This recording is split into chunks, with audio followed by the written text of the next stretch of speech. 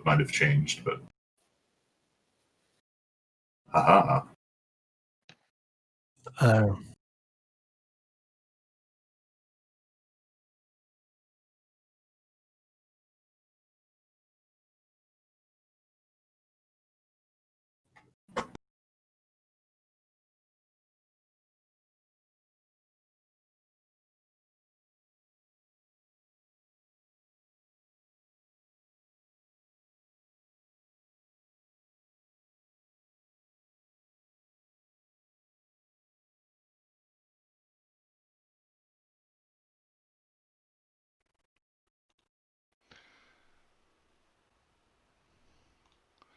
All right, Ricebox, can you hear us now?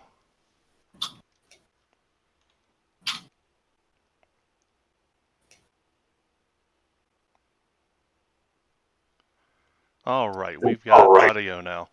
Okay, so since Awesome. nobody heard our recap, I'll just go over that really quick once again. Sure. Last week, the party had made it to the island of Gunderland. They're investigating a recent crash of some type of ship that apparently came from the sky, not the sea.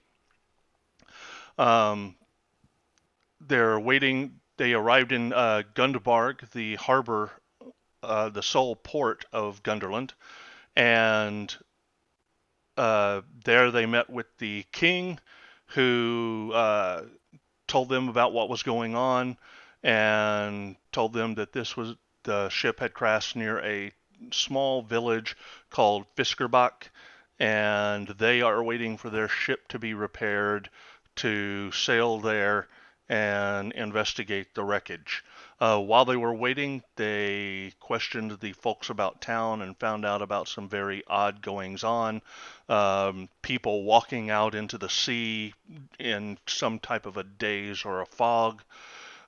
They also encountered a lady at the local shop, general store, if you will, who told them that if they would recover her some seaweed called dead men's shoelaces, that she can use that to make potions of water breathing. They found out that the only place that seaweed can be found is in a certain grotto within some of the cliffside caves, and they made their way here.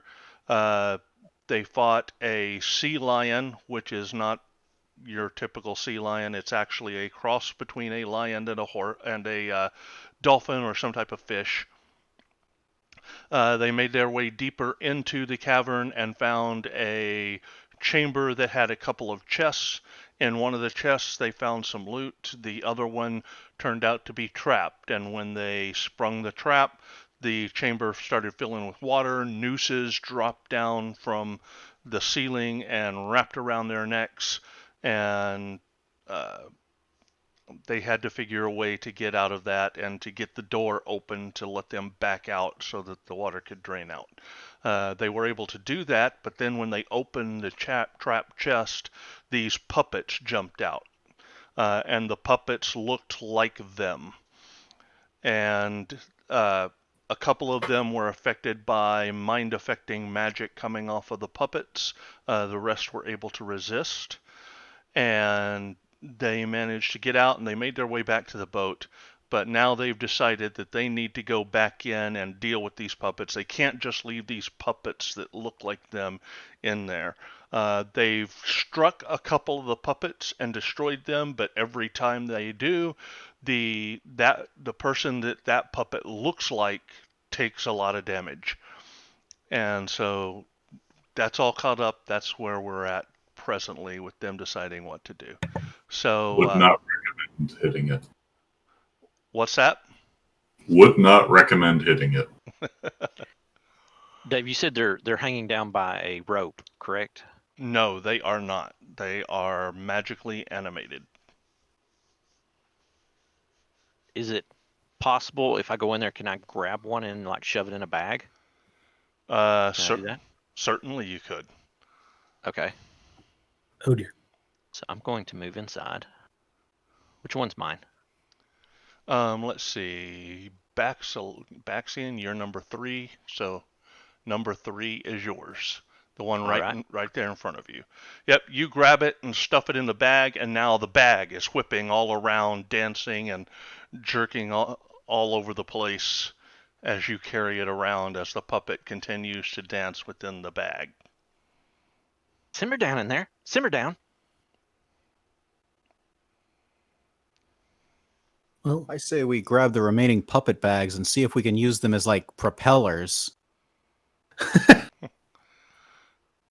Or just throw them out to sea What if until we get eaten by sharks. everyone that's killed one of these puppets has been right next to it when they killed the puppet? What if someone take my bag over to the water and dip it down in there and just be like, shh, shh. It's just flopping underwater. around and dancing. Yeah, you're trying to hold it, but it keeps bobbing out, and the whole bag is flopping around as the puppet dances. I'll walk over and like try and sit on it with him. All right. Maybe if we could get a big enough rock, we can sink it in the ocean.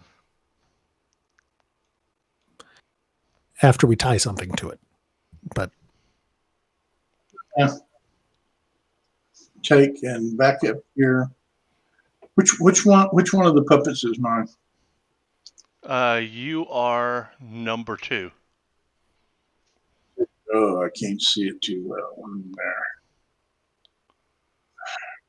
So Over here. that one, right beside What you. if I want to move up to here, and that way get as far away from possible from it, and go ahead and shoot it with the crossbow. All right. Yeah, you shoot it, and as soon as the bolt pierces it, it collapses where it is at. And you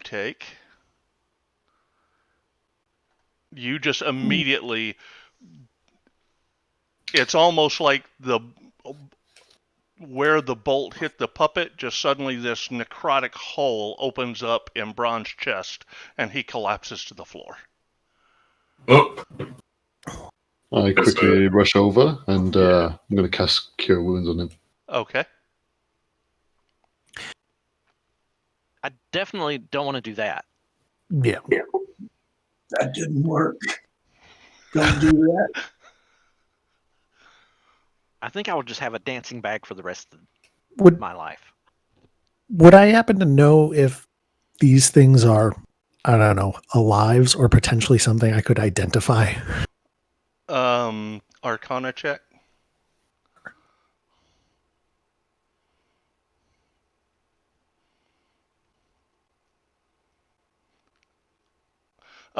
So you gather that these are kind of like you've heard from down in the jungles of Chult, some of these witch doctors that make dolls that have kind of a symbiotic relationship with whoever they look like, and what affects one affects the other. And you don't think there's any way to break that other than a powerful spellcaster may be able to dispel them. You definitely think that throwing these like in the sea or something, probably a bad idea, because if they are destroyed, if a puppet gets destroyed, it will do necrotic damage to whoever it resembles. Okay. And do I know if these are purpose made? Like, would I think that these were made for us, or that yes, they were specifically carved in your likeness. Fantastic. That's what I was afraid of. Okay. Anybody afraid of that granny from town that sent us here? You mean the old woman who told us the story about the woman who had her lover killed? Maybe that one, yeah. No. Why would I be? Okay. Well, I figure we've got two options. We can destroy the rest of these so that they can't be used against us. Or we can just assume that this was a trap, and if we leave this trap, that it is of no use to whoever created said trap. Let's hope this. Let's hope what? If someone was to come in here later to try to find this dead man's shoelaces, and they find these puppets dancing, and they kill them, they're going to damage you no matter where you're at. So my thinking is that if this is a trap, once we leave, whoever set the trap is going to reset the trap for whoever comes next. Hmm.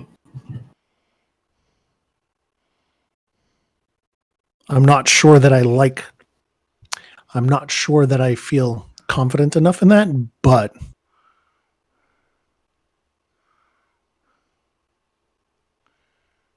mean, a few of you are scot-free at this point.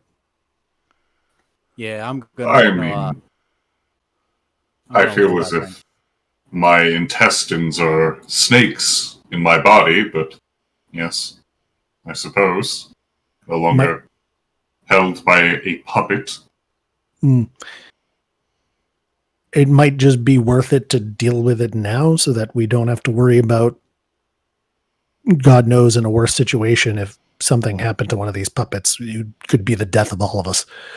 So, yeah, Xanareth, give me an insight check. Alrighty.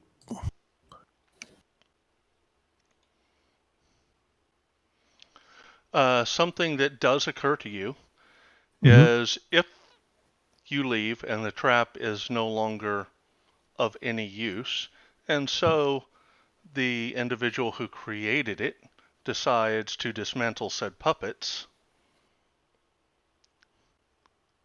what's the outcome of that?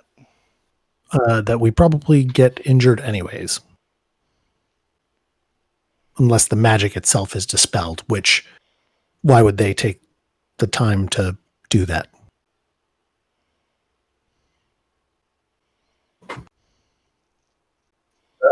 Which I say is, if the ones that have the puppets left, if you want to kill them, then we should have enough healing between us to get you back to where we can at least make it back to the city and then do some resting up.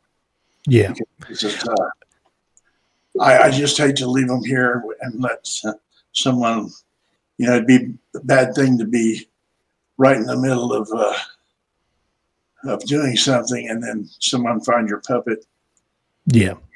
You slump over, Yeah. I think that's probably for the best. So, I guess I will destroy whichever one is mine and stand right next to somebody because I'm almost certainly going to get knocked out. You would be number 6. Well, I guess not because number 6 is already gone. So Xanareth. Oh, because I went by the order in the combat tracker, not alphabetical. So you're number 5. Yep. Okay. I'll hit it with a fireball since I can't dispel it or anything. Kittus holds out his arms. Appreciate it. Yep. And immediately a big old hole is burned in your chest. Well, I did a significant amount of damage to Torg or something. Oh. Yep, that was wrong. I mean, I guess I'm gonna destroy my puppet too. Okay, so you've already taken the damage from your puppet, and that should not have targeted you. That should target you. So you also took that. Hit me with your best shot. So yeah, by 1 point. I swoon a little bit, but I'm like, no, I'm good.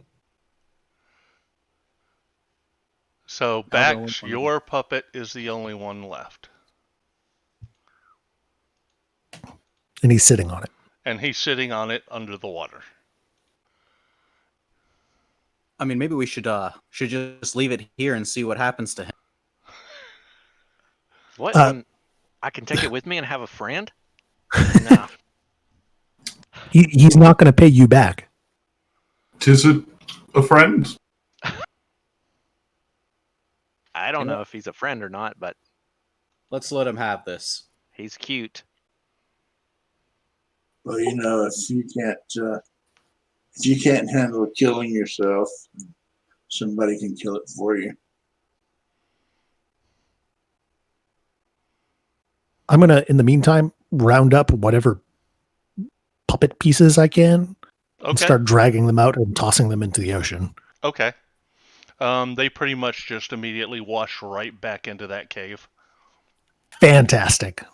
If somebody wants to kill it, I won't stop you, but let me get a little farther away and see if that might. If there's like a range.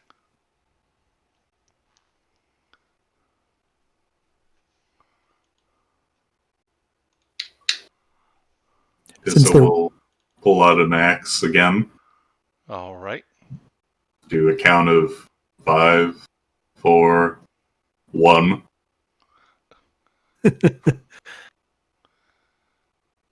Nice. Hung in there. Yep. And with that, all the puppets are destroyed. So I'm gonna torch the pieces instead. Okay. To try and destroy them, and then I'm gonna keep like one of the arms from one of mine, and I'll just use it to carve something later to make something nice of this. All right. Yep. You torch them, and no ill effects happen from that. Fantastic. I figure at least it's a little bit harder to put these things back together later. Right. All right. So after that, you board your little boat and make your way back to Gunbarg. Oops. Dang it. Stop getting on the boat. It's basically, it's like that ride.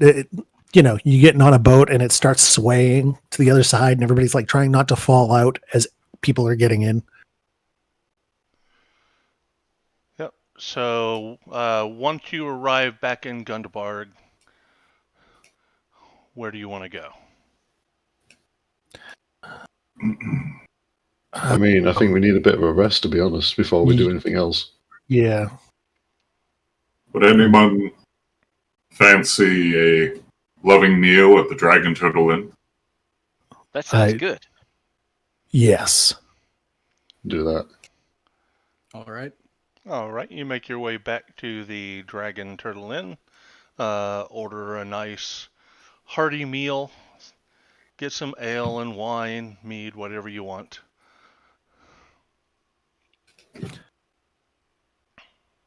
Short rest? Question mark. What's that? Short rest. Yeah. Yeah, I can get down with that. I desperately need to. Is there a way to mark off hit dice? Since we're just taking the max, right? Yeah. I mean, we could just roll the dice and then actually correct it to what it's supposed to be. Right, that's fine. Okay.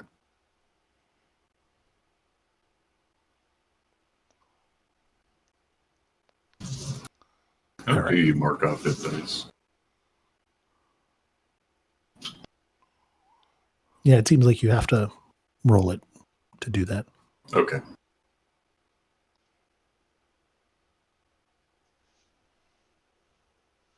But we're taking the maximum roll? Yeah. Because we're doing that reduced hit die per long rest thing, right? Right. Yep. So after a long rest, we'll only get one more hit die back. Correct. Good.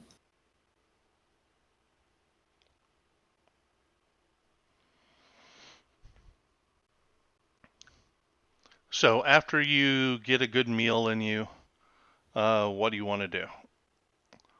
You've spent the entire day going and pretty much, and it's late afternoon by the time you get back and have your meal. Would the Saltwood storehouse even be open? Yeah, you've still got a couple hours of daylight left. Should we head over there?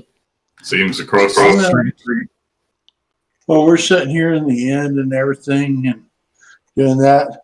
I'm going to be studying the sack that I found in the chest, and ask somebody if they'd like to look at the scroll case, see if there's a scroll or something in it that they might be able to use.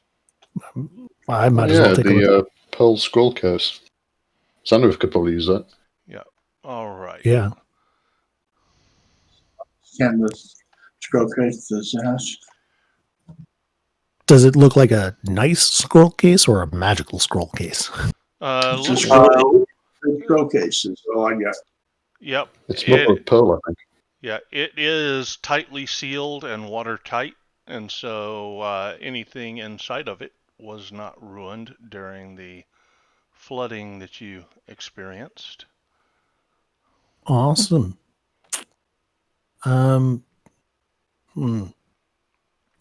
Would I have any way of knowing if it was like maybe trapped or something? Magically. I put it in the party sheet. I've got a scroll case and it's got some question marks after it. Yeah. So, investigation check. Sure. I seem to have closed my sheet.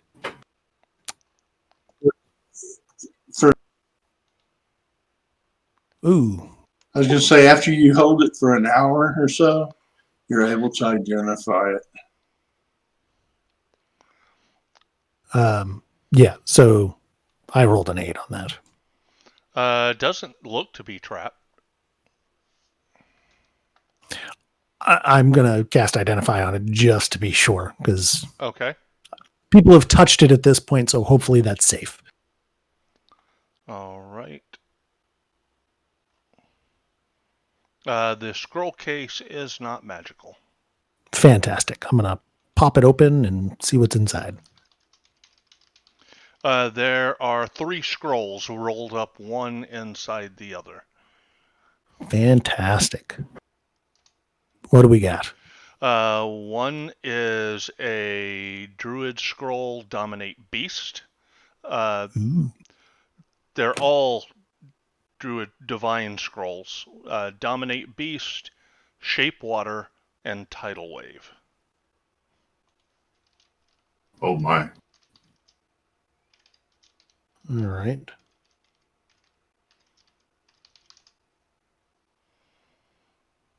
Okay. Well, that's interesting. Well, using my one of my Forge Domain spells, I'll go ahead and cast Identify as a ritual. All right.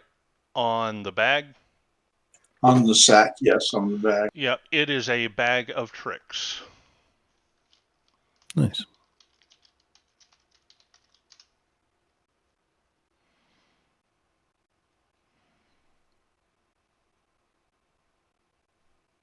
Well, and it is a rust bag of tricks. Right. Silly rabbit. Tricks are for kids. No, that's not. That's a bad joke to make. Well, as far as I'm aware, none of these actually show up on the wizard list, unsurprisingly. Oh, the scroll case is made out of mother of pearl, so yeah, it does have value. Yes, it's going to be... Could fetch a little bit of money at least. Or hold on to it as a souvenir. For now, I'm going to put the scrolls back in and just shove it into my bag. I mean, it is watertight. It might be useful to keep that for later. Yep, that's what I'm thinking. So those of you who all's going to the Saltwood storehouse? Well, I won't go by myself, but I'll go with some other people. I'll go carrying the box of... see why we wouldn't all go there. I was about to say, do we want to, like, roll in? Like... Well, We have to thank that kind old woman for sending us out that way. Well, you guys, hold on. So, some of you said we're going to Saltwood Storehouse. And after you said that, Braun said, I'm going to stay at the Dragon Turtle Inn and check out, be messing with this bag, because he was at first planning on taking the hour to examine it, to identify it. And Xanareth chose to stay and examine the scrolls. So they are back at the inn while the going to the Saltwood Storehouse is happening. Who else is going to the Saltwood Storehouse? I'm tagging along on that. Yeah, I'll go out with those guys. Yep. All right. Capissa will join as well. All right. So Bax, Torg, Capissa, and Votten go to the Saltwood Storehouse. All right. You enter, and the same workers are still bustling about, putting stuff on shelves, dusting, cleaning, just doing the normal chores that would be performed around the close of day for a general store of that nature.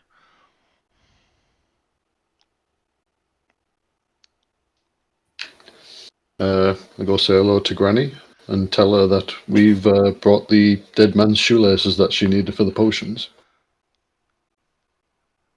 She says, "Good, good. Very good specimens.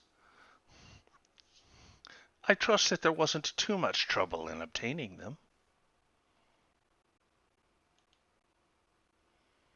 Well, actually,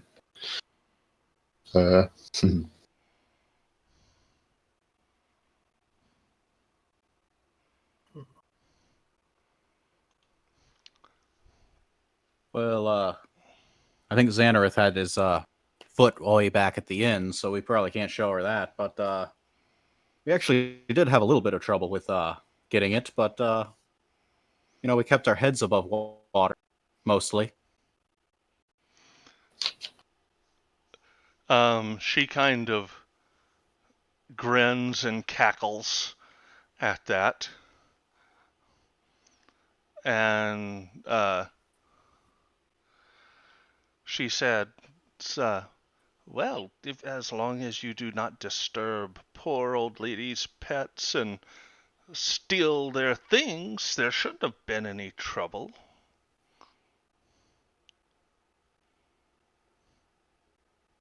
I do not follow your words. But Granny knows that young folk can be so mischievous, and sometimes they need to be taught a lesson. You mean to say you knew those items belonged to someone? That they weren't just an abandoned treasure hold? I think it means to. Yeah.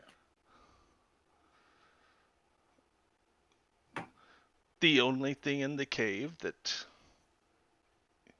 should have been taken was simply what I asked for.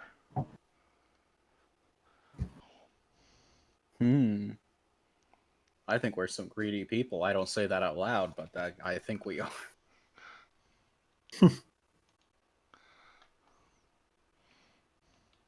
Well,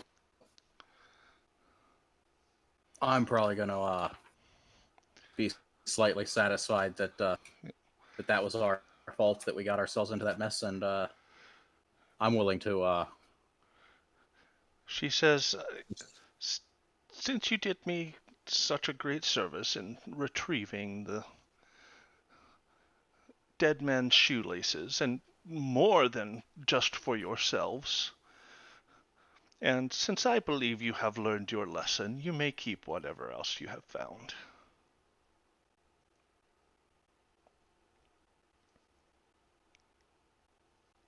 it's very nice, the old lady. I'm not going to mess with Granny.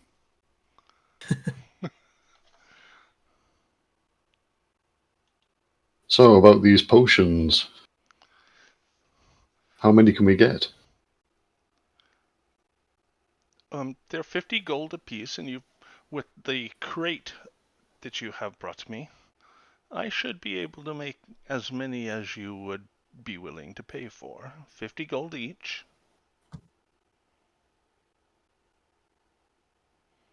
Okay. I'm guessing we'll probably leave Granny with the supplies for the night and then come back tomorrow or another time. All right. Anybody else have any questions for Granny Saltwood?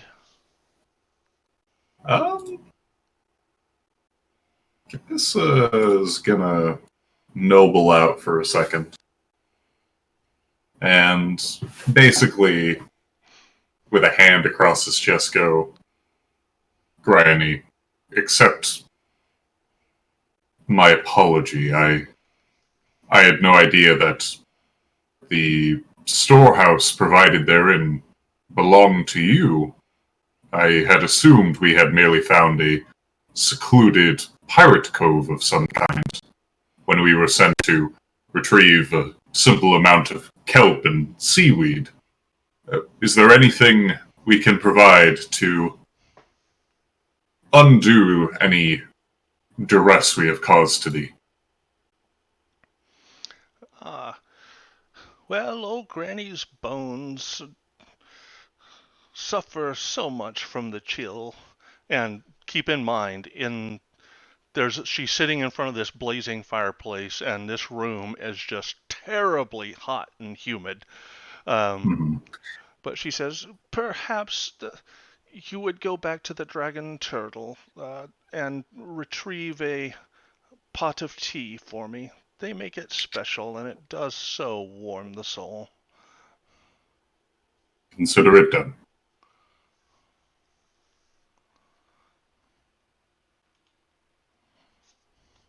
Okie dokie. All right. I guess we'll head back to the Dragon Turtle Inn. All right. Yep, you guys arrive just in time for Braun and Xanareth to be finishing up their quick examination of the magic items.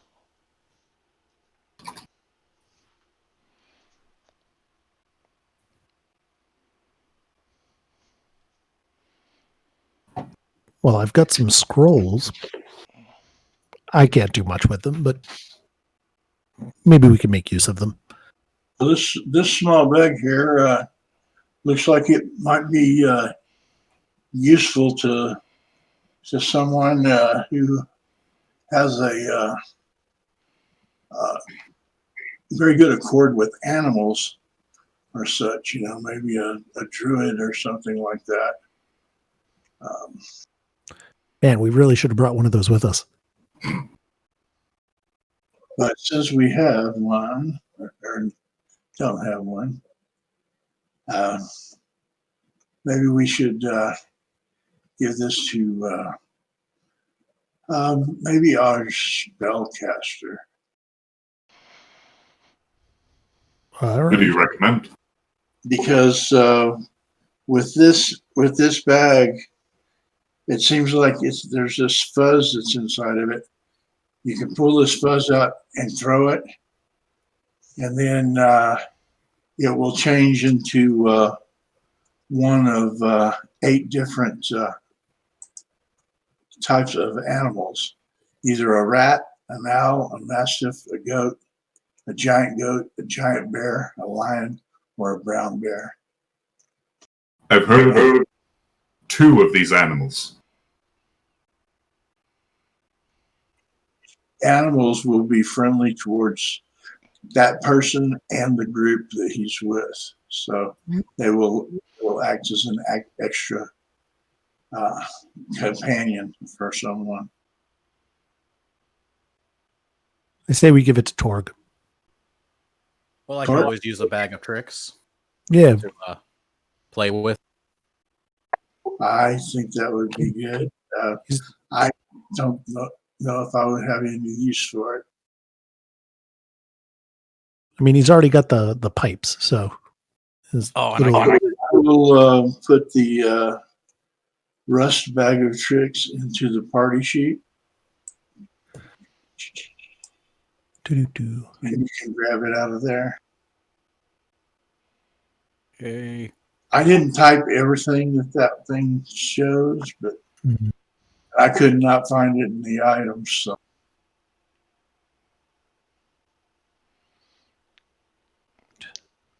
you would probably have it because it's in the Dungeon Master's Guide.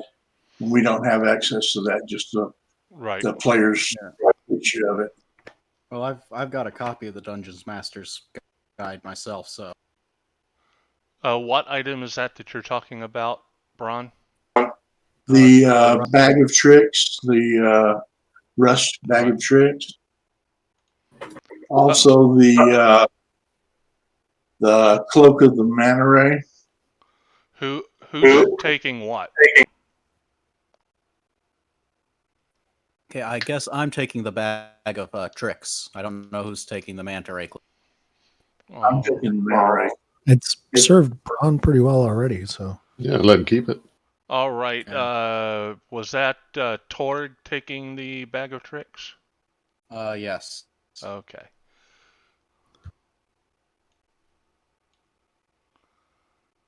Okay. I've added that to your character sheet.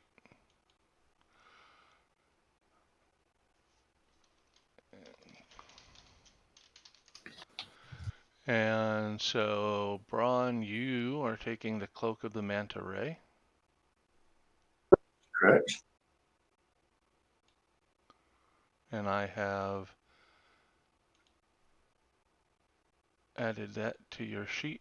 Oh, I guess I did that last week too. No, I added the. Okay. Well, let's do it this way then.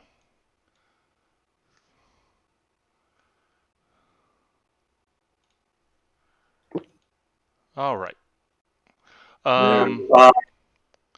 And the 3 scrolls, who's taking those? Currently, Xanareth has them. I mentioned them. If somebody wants them, they're free to them, but I currently have them all in the case. Anybody that can read them can use them, right? Since it's No, they're spell scrolls. They have to be on a spell list you have. Yeah, so they have to be on your spell list, or you have to make a Arcana check, I believe. Well, they have to be on your spell list, period. If they're of a level higher than what you're able to cast, then you have to make the check.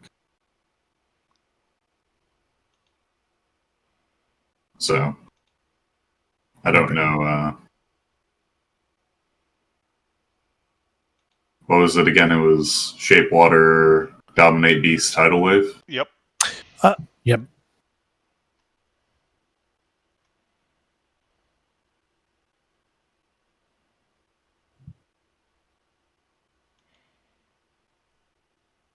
All right. At the moment, I have those on my person. I will not be able to make use of them.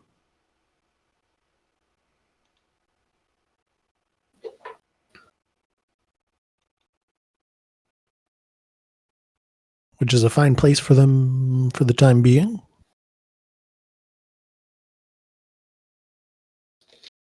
Is there anything else we wanted to do? I believe Capissa was going to get some tea for the old lady.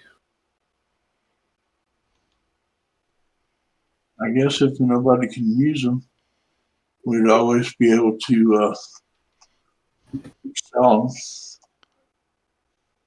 Agreed. Because Braun, we're gonna need money to buy the potions of water breathing, right? That's true. Yeah, I mean, we can sell the scrolls and the case. And drum up some money that way. Though I suspect we might be selling them back to the original owner.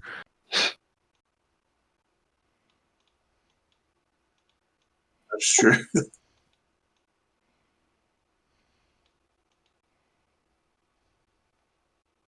Shall we?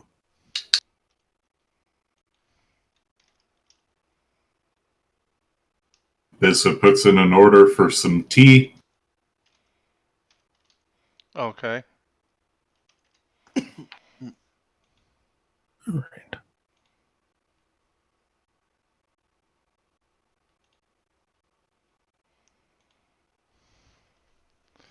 All right. So after, so you go up and you are asking one of the twins for tea, Uh-huh. and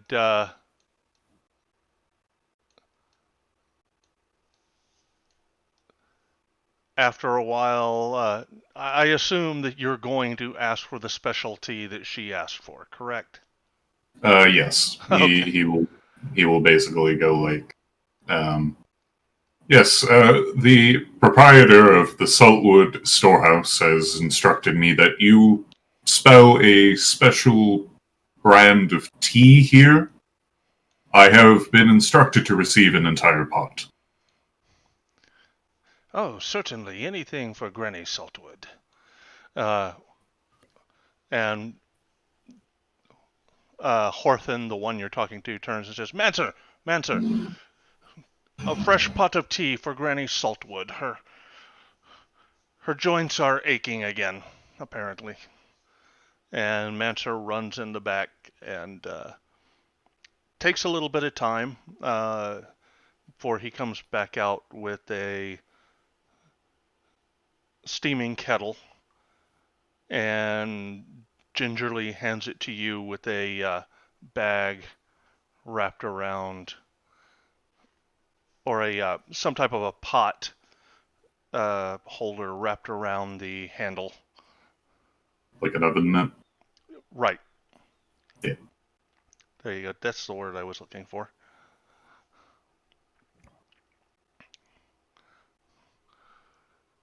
Mm-hmm. And I assume you take it right back over? Yeah. Yep. So you take it over. At this time, the Saltwood Storehouse is closed. So you kind of bang on the door for a little bit, and a curtain flaps open on the small window up in the door, and somebody looks out. We're closed! I'm returning tea. Ah, right. The door cracks open and a hand reaches out for the pot.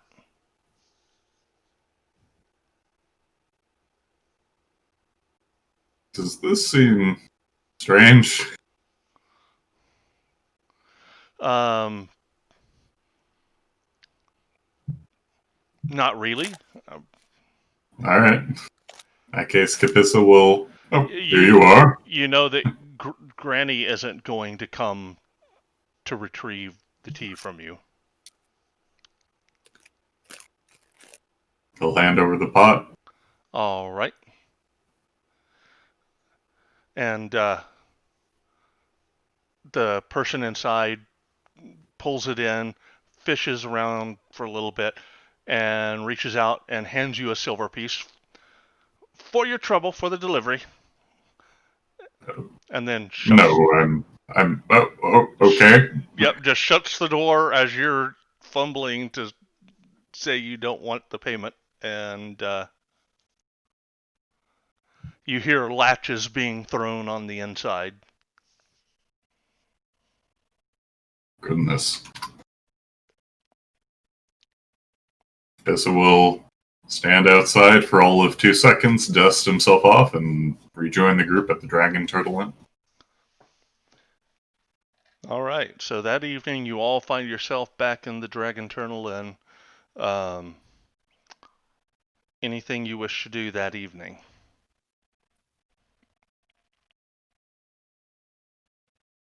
Well, after the site, the damage and stuff that I'd had earlier, I'm actually not drinking as much as I would normally. I just don't feel like it. So I'm kind of off. So I'm just kind of biding my time, waiting for it to get dark so I can go to bed. I'll take his. I think I'm going to throw out one of the fuzz balls from the bag of tricks and then play a song with my bagpipes to get it to dance to it. Now, so I imagine that while Braun was telling you about the abilities of this bag, you can pull an animal out 3 times. After that, the bag loses its magical properties. Oh, It redoes it every dawn, doesn't it? No, it does not. Oh, it can't be used again till next dawn. Okay, so yeah, in the place where I looked that up, there's a huge gap that I guess was where they had maybe a picture or something. And so the part about being until next dawn doesn't appear until way down the page. After the jump. Right, after the little jump. Right. Can't be used again. Space. Until next dawn. Right. All right. So yeah, you pull out roll me a d8.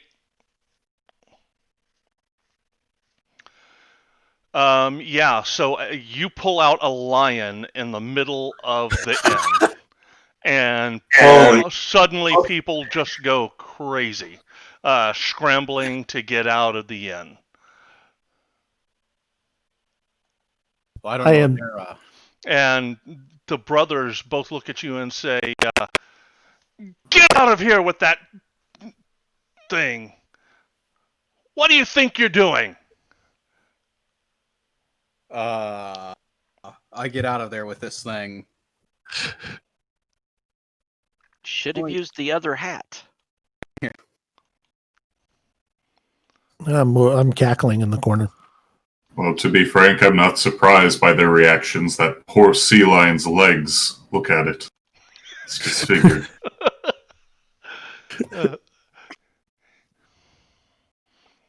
That's fantastic. So, yeah, the entire inn is now cleared out. Very nice. It doesn't vanish until next dawn. Looks well. It won't go away until it dies. Yeah, I'm gonna be sleeping outside tonight, I guess. But I'll have a lion to rest my head on.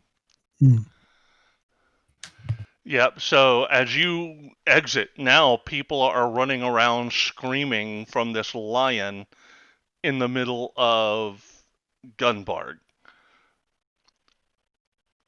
So imagine, this is Iceland or Greenland, a Viking Norse type society who has never before seen a great cat, and you've brought a lion into the middle of town.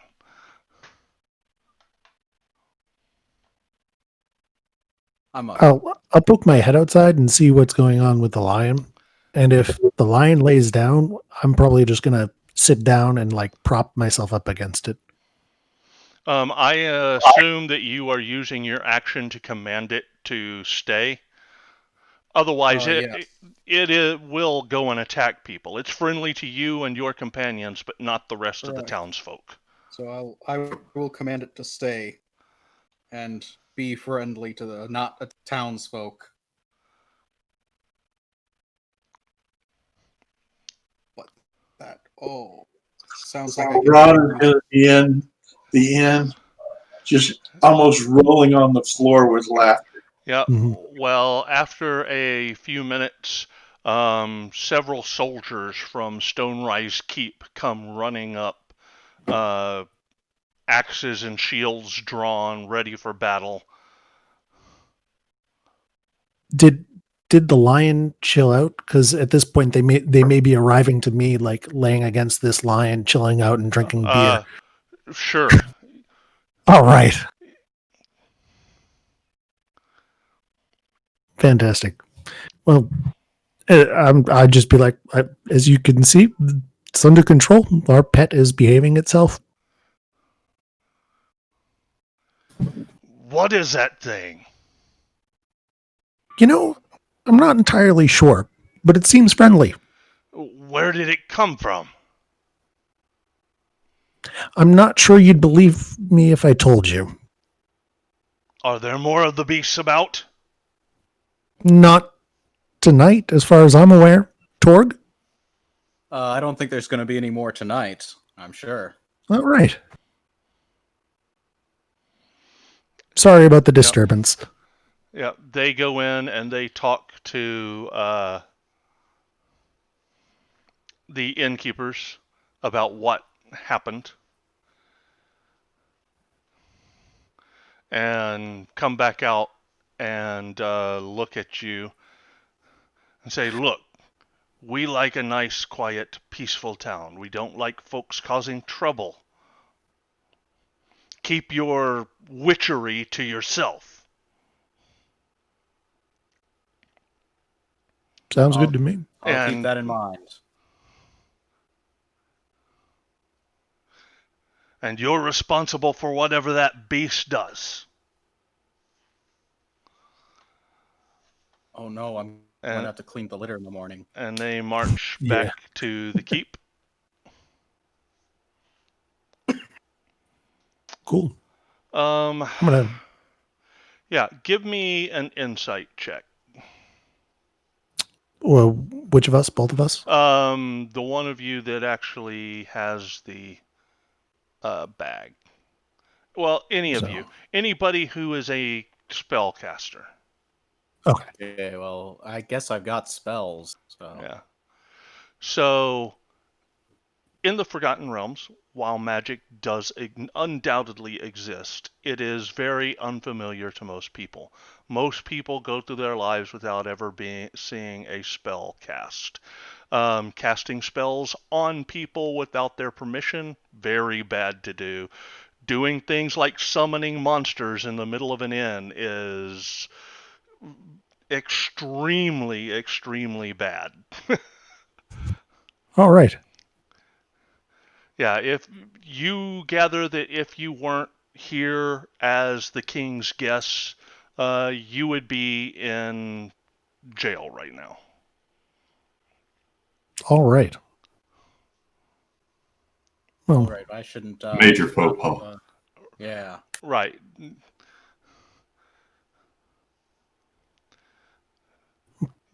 You wouldn't like Joe Exotic bringing a tiger into the middle of the restaurant while you're eating. Nope. It might be a bad idea. Well, I'm totally cool with this. I feel like we've livened up their lives and given something that they'll be able to tell their children about. Everybody needs a little chaos in their lives from time to time. Yeah. So they're going to have a story to tell their kids, and I'm going to feel very pleased about myself, even though I didn't really contribute to this. And I'm just going to finish my beer and chill outside for a little bit, and all right, before I head back in. Yeah, I was honestly hoping for the rat, but I. Suppose we're lucky it wasn't a giant bear. Yeah, right. Okay, there isn't a giant bear. It's a giant boar and a brown bear. So at least it's just a normal-sized bear. Yeah. A normal-sized grizzly bear in the middle of the inn. But, yeah, so you've got a lion for the rest of the night. Cool. So eventually I'll leave you to your lion and head back in. All right, I think it's going to be like a comfy kind of a bed to sleep on, right? How big are lions? Pretty big. Hundreds of pounds. Right. Yeah. Cool. Walk up to one of the twins and hand them 5 gold pieces.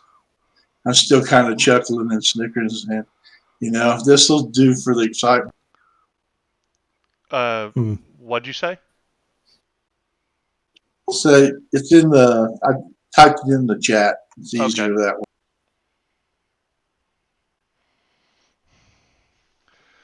way. They say, well, he can find somewhere else to stay.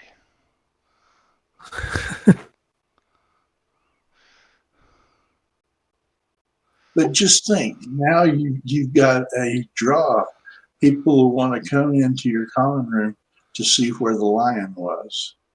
Do you see anyone in here now? And it is empty. Everybody has gone.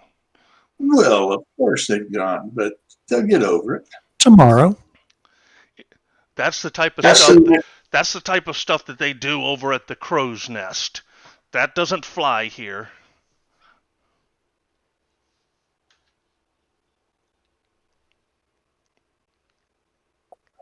Here's 5 gold pieces. That should take care of some of your losses. Give me a persuasion check with advantage because they do like money.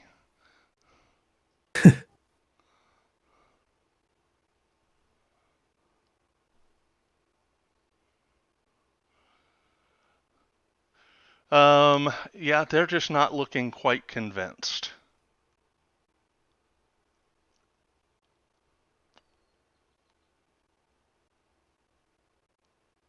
I mean, I'm in the background. I'm just gonna get another drink and Okay. maybe head upstairs for the night. All right. What else are you doing, Bron? Yeah, that's if I can't convince them with that, that's I'm looking in my purse and it's getting mighty thin. So yeah, as they're looking, as you hand them the coin, and it looks like you might be walking away. One of them says, "Yeah, we sure did lose a lot of business tonight." Laying it on. Well, I'll tell you, I'll go ahead and give you the last of my gold. 2 pieces of gold is all I've got, and hopefully that will make up for it. Just really see that your friend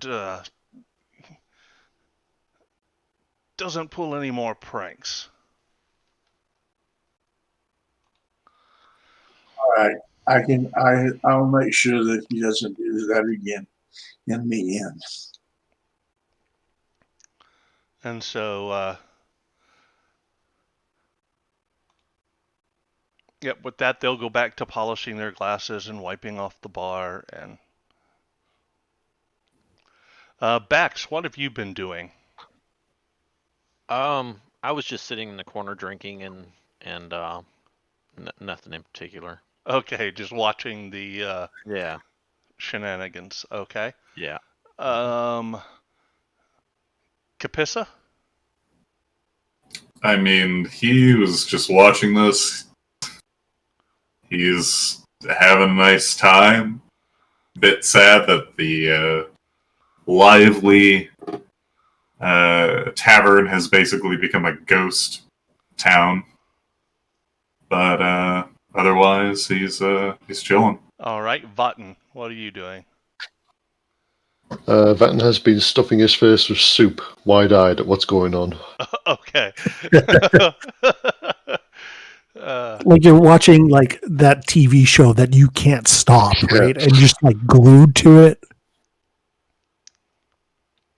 Just like that. Yeah. Yeah. So the rest of the night passes uneventfully. You all will get in your long rest.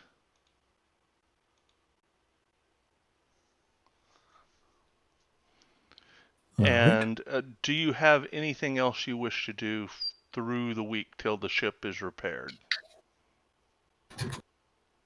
Well, I guess at some point I will end up selling the scrolls. Maybe keep the case, so long as that's fine with everybody. Yeah, I mean, we do need money to get those potions off the granny. Yeah. The local general store doesn't have any use for the scrolls. Well, I was kind of hoping they don't, the Saltwood storehouse does not deal in that kind of thing. No, they do not. Well, then we will hold on to it until we get to Fiskerbach and see how that goes.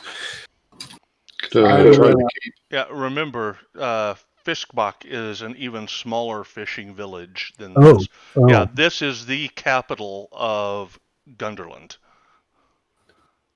Well, Could try the castle. Maybe the king might have someone that can use the scrolls. Yeah. Be willing to that's an idea. Give that a shot. But I don't think they've even got like a library or anything, right? No. Slim odds, but I might as well check. I'm going to go and check at probably Gimlet's ship repairs to see if they need any help forging any of their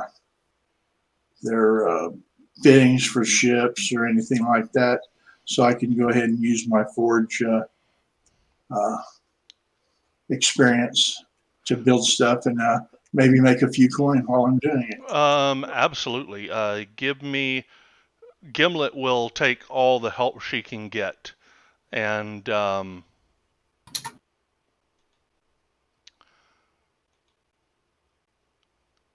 so especially to get her hands on dwarven crafted goods.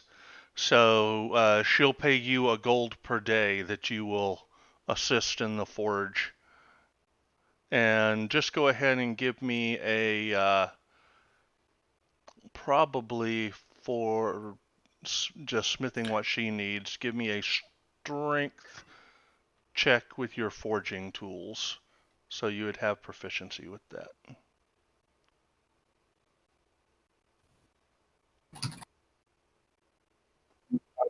I'll give you an athletics. I don't have anything. Right, for should forging. be the same.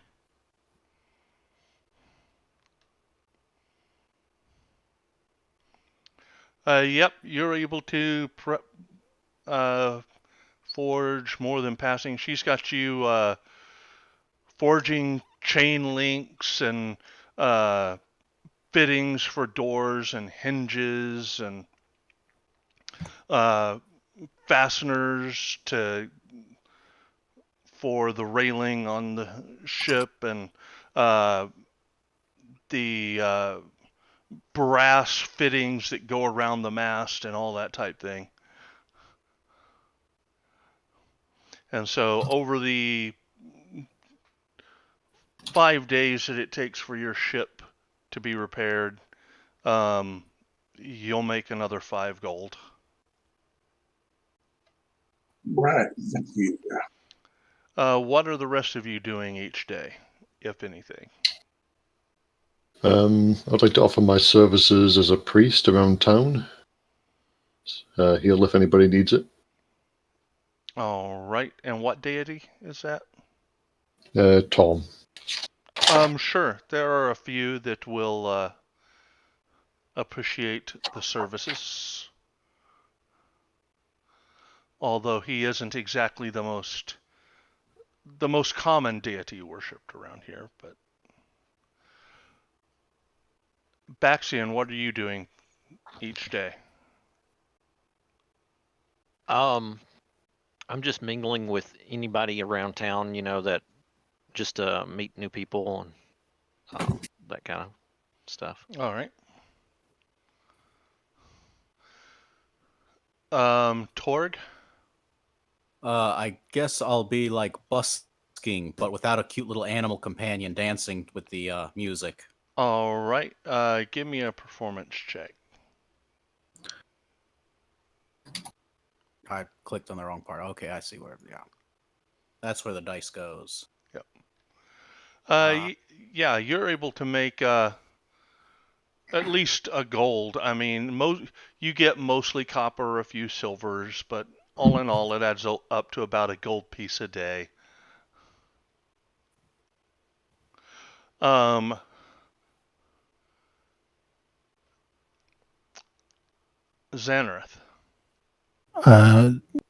So I've got a few things. First, I'm going to find, this being a fishing port, I figure I can find like a large piece of paper that they generally wrap fish in that I could maybe get from somebody. Sure. For probably free. And then one point when everybody's around, I am going to give Kapissa my latest carving wrapped in the paper, which once he unfolds it, he'll find what is essentially Kapissa on top of the boat being dragged by you can't see the sharks because it's not that wide, but it's kind of him standing in like a Fabio pose on the boat. So that's my little gift to him. Okay. And then I'm going to take information from around town and wander into the countryside, but not too far. Maybe just half a mile or something, and just kind of explore the area around here and All right. write about it in my free time. Okay. And Capissa. Yes. Yep. So Torg brings you a gift. No, back. Oh, sorry. Xanareth. Xanareth brought you a gift. I made a point to do it in front of everybody, though. Okay. Any reaction? What is it? I'm just, a small token of my admiration. I am warmed. Is it waterproof? Sadly, no. I did not polish it or varnish it or what have you. So if you would like something like that, I'm sure I can find a way to do that. It didn't really occur I to me. will keep it in my hearth and home of land. All right. Sorry about that. No, it's fine. I just don't want to sully it in the briny waves is all. It looks wonderful. I've never received anything like this, to be frank. Yeah. I'll have to keep that in mind. That's not something that generally crosses my mind. Yes, the tides of the ocean are pervasive. And with that, he just sort of gestures at his own armor, like, not a scrap of metal on me, all fish scales and underwater memorabilia. I imagine quite effective. Indeed. Not when I dry, though. Gets a bit creaky. We'll figure something out. And if he seems happy with that, I'm going to probably just sit down and All right. tend to my books. Vatten, what are you doing each day? Like I say, I'll be going from around town, offering my services to anybody that needs it. I'll probably pay a visit to that girl, see if she's all right. Yep, she is doing well, except she really wants to see her parents.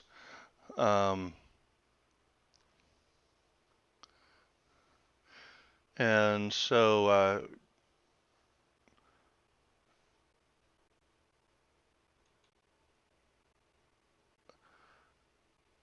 what deity do you worship? It's Tom. Oh, okay, you're Torm offering your services. Got it.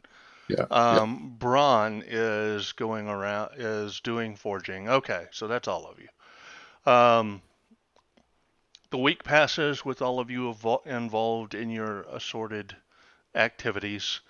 And finally, after about 5-6 days, Captain Greysail comes and finds each of you and says, "The voyage is ready to sail. We will be setting off on the morrow." Very nice. Looking forward to going. Can we get the additional hit dice back as well? Yes, the entire week will have passed, so you will have recovered all of your hit dice. Fantastic.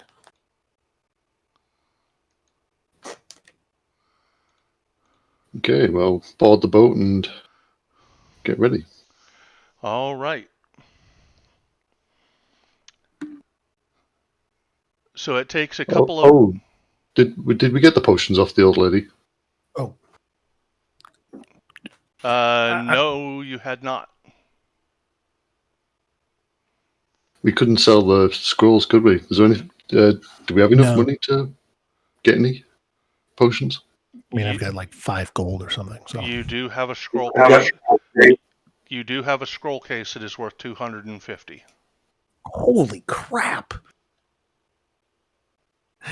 I mean, okay. So when I went to the store, I probably would have pulled it out and hopefully caught their eye when they were like, "Holy crap!" That's Right, yeah, they are definitely interested in that. okay. Yeah. I mean, if they ended up offering me something in that vicinity, I probably would have sold it. Yep. Okay, so you would get 250 for your scroll case. Oh boy. Yep, that's enough to buy 6 of the potions of water breathing. I thought they were 50 apiece. Yeah, 50 each. So it should be 5, unless we're getting a Right. volume discount. No, yep, you're right. 5. Okay.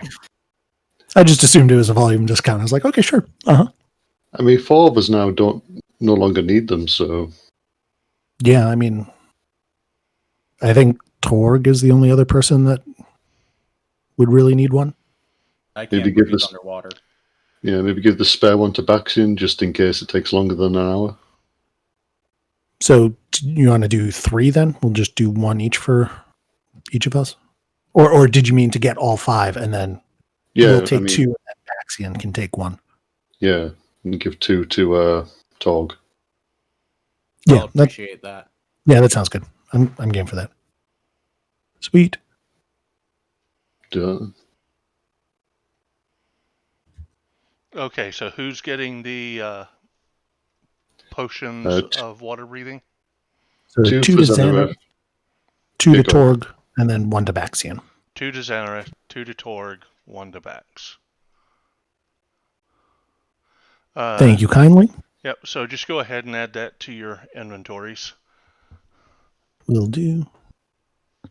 What's it called? Potion of water breathing. Okay. All right. How long does that last? 8 hours, I think. I think it's 24 hours, isn't it? Let's see.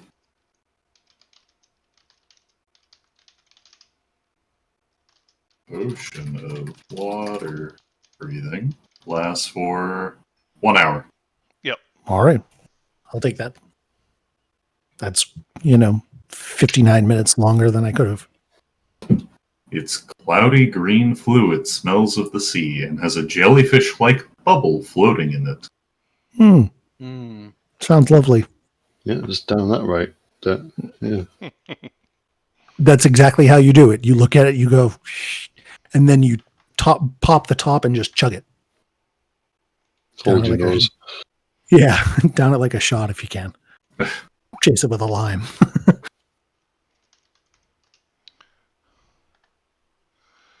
All right. Okay, apart from that, is there anything else we need to do? I don't believe so. I can't think of anything else. All right. All right, so you board the voyage after having gotten your potions and set sail for Fiskerbach. Takes a couple of days to reach it, and you actually get there probably around noon of the second day. Do you wish to head out immediately, or do you want to take a look around Fiskerbach? Definitely, I would like to take a look around. Just Yeah, to after gather 2.5 information. days, give it a stretch of the legs. Right. Fiskerbach is a very small fishing settlement on the western coast of Gunderland.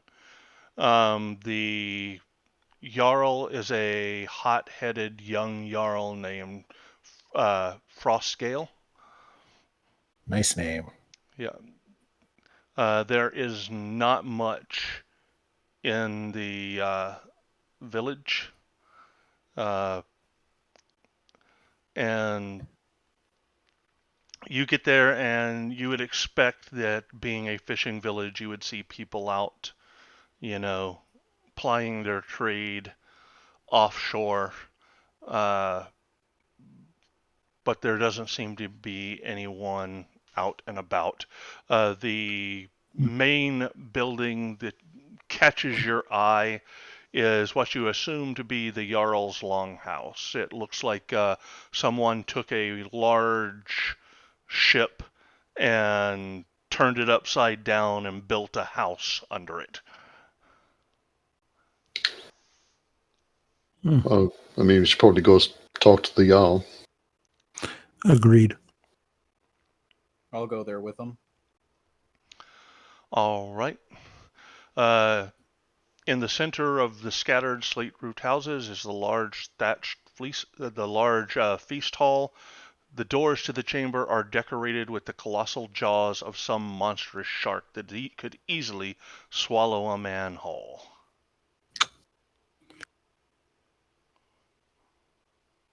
That's impressive.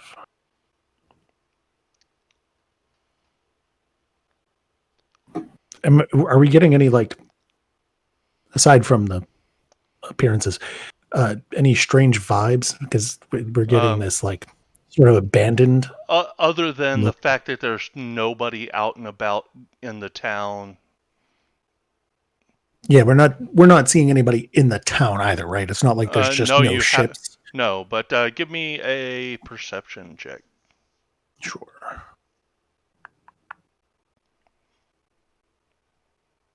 Ew. Yeah, you don't see anybody out and about or anybody in the town or anybody, mending sails or recalking the hull of their boats or anything of that nature. I mean, I'm a little hesitant to get off the boat at the moment, all things considered, even though we should probably try and talk to the Jarl. Are there any signs of people in the houses, like smoke coming up from chimneys and like? Yes. Okay, well, maybe they're just afraid to come out. Could be the case.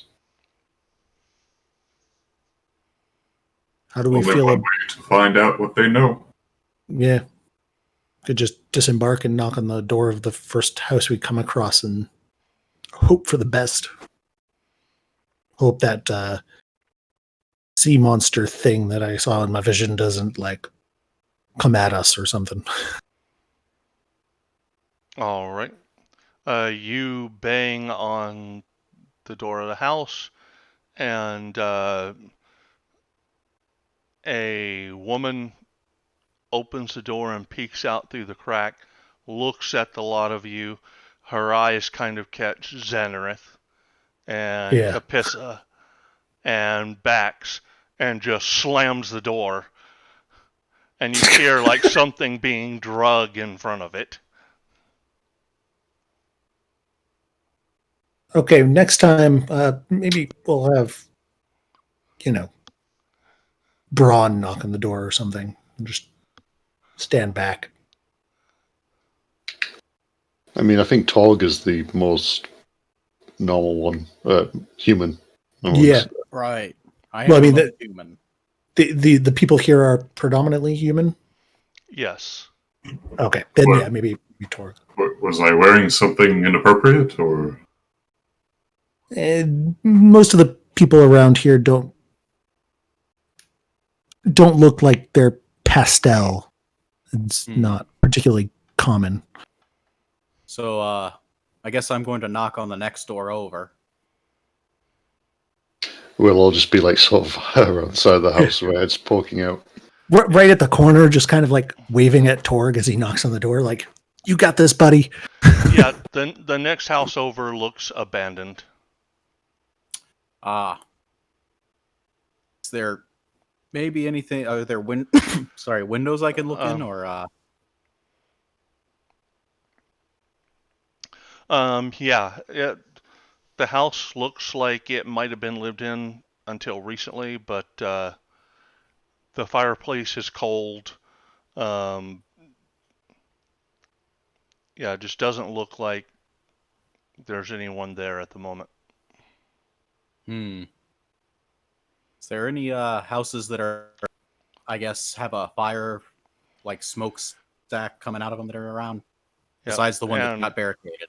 Yeah, so as you guys are doing that, Captain Rhymewave comes down with Berna, and they head off in the other direction past the Jarl's longhouse, with Berna can just I- almost running to try and get to, eager to get home. Did one of the not weird looking people want to like tag along or something? I would be happy to do so. Hmm. I Sure. Yes, go with the captain. Okay. Yeah, Vetten might work So, pretty well. so Capissa and Vatten, you go with the captain. The rest of you are just banging on random people's doors. I think I would probably refrain from doing that since we appear to be scary to people, and I don't think that would be advantageous to further. You do still have Torg and Braun there.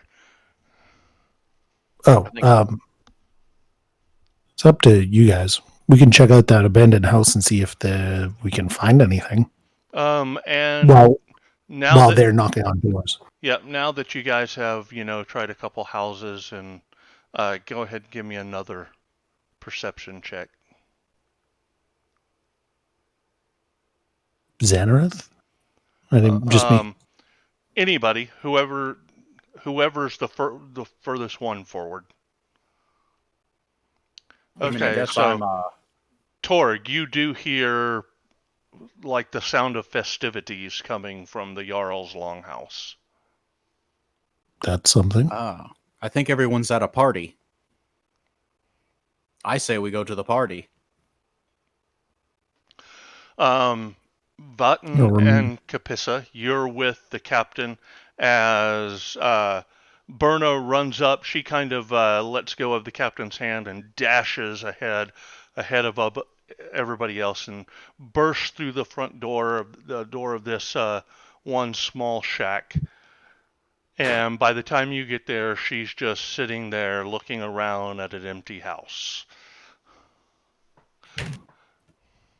You see signs of a cooked meal with 3 places set that has just kind of molded and mildewed over time, as if 3 people sat down to eat and then just left it there.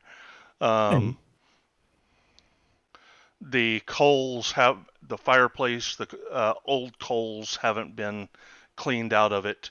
The house just looks like kind of unkept, like it has been vacant for at least several weeks.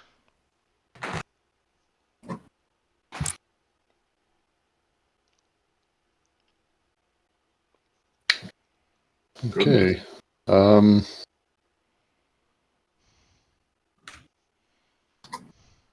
I'll turn to the captain. What should we do with the girl? I'll take her back to the ship with me, and perhaps King Redax will know what to do. And the girl starts to cry, and I want my mommy and daddy. And she kind of turns and takes hold of Capissa's little finger on one of his hands, says, "You'll find my mommy and daddy, won't you? You'll save them like you saved me." My dear girl, if they yet live, I will find them. She throws her arms around you.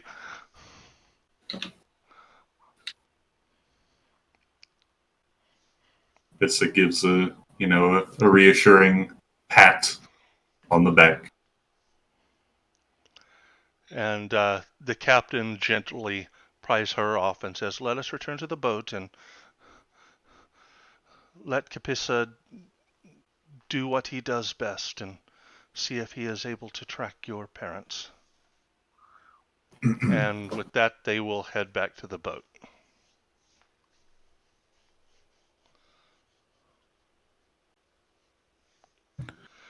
you can see from the look in the captain's eyes, that she does not believe that you will find anything. Mhm. The Seems rest of alright. you, what are you doing? Well, I think I was gonna head off to the festivity sounding thing near the Jarl's All right, house. so you march up to the Jarl's Longhouse. Again, I'm following him. okay, it's a large building with this giant shark head mounted on the front door.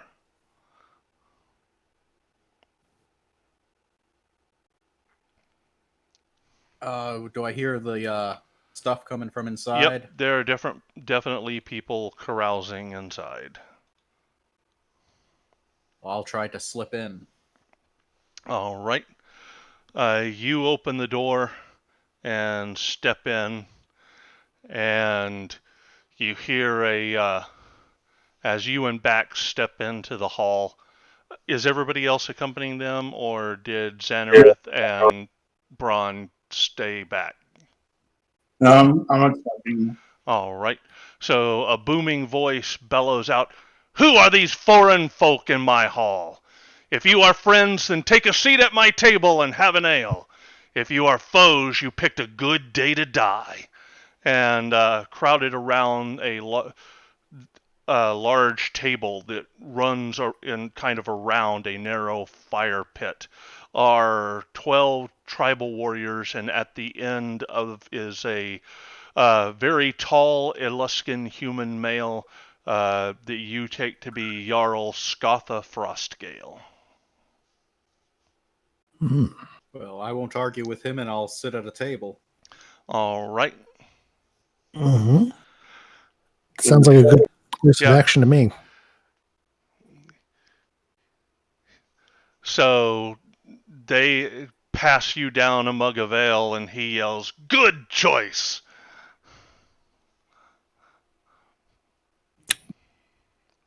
Thank you. You have a map for this? I do Oh. not have a map for. Okay.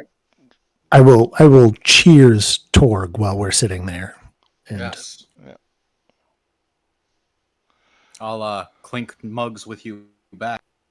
and then I will down that drink as quickly as All possible. And So as you sit there, they're all talking back and forth, and the king is, or the Jarl is ranting about how foolish King Olgrave's reliance on the Lord's alliance is, and that if he was king, he would restore Gunderland to its former glory.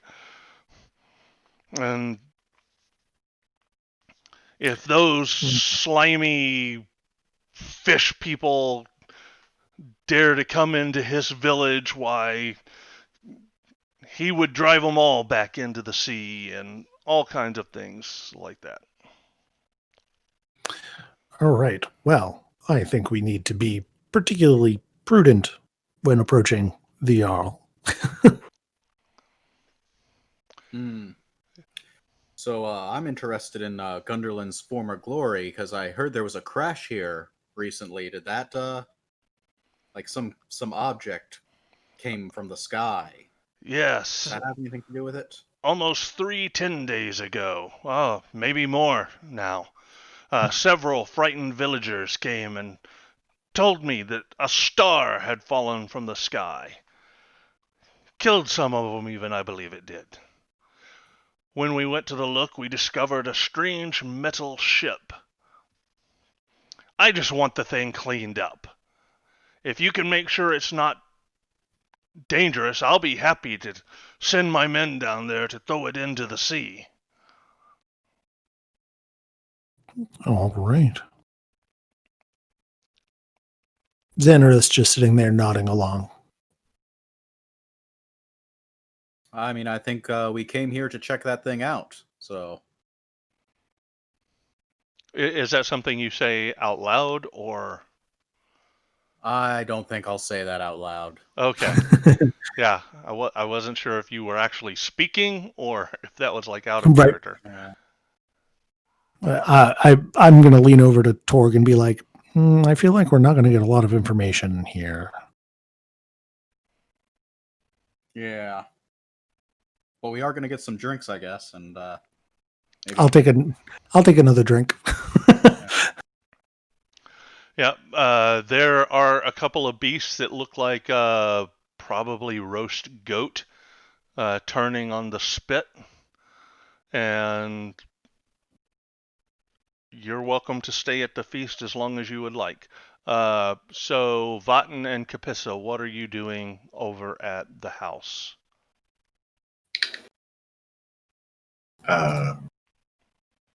This I will mean- look over to Vatten and just go, I'm wonderfully equipped for saving wayward souls, but unraveling mysteries such as this, not my strong suit.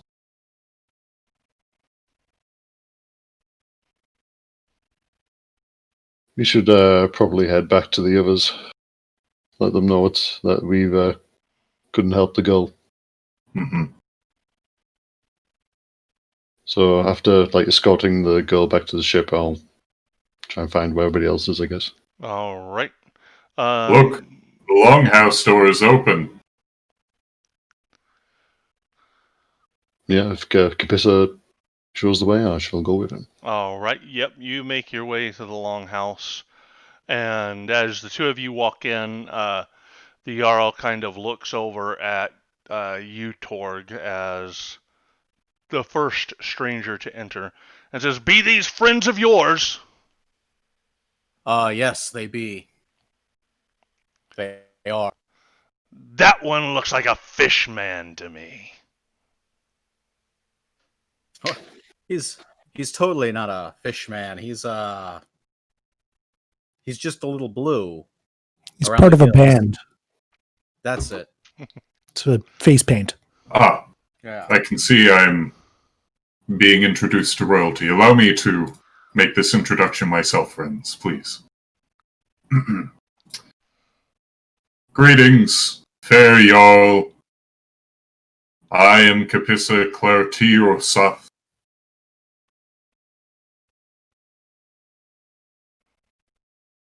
I wish to call you friend, if you would have me at your table.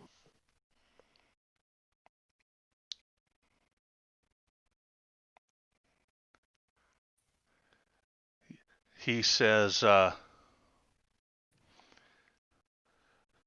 "You talk really well for a fish man." I have been trained on only the finest of common dialects.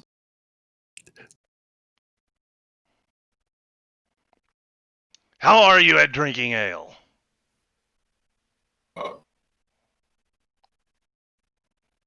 A bit fine, I suppose. Is that a prerequisite?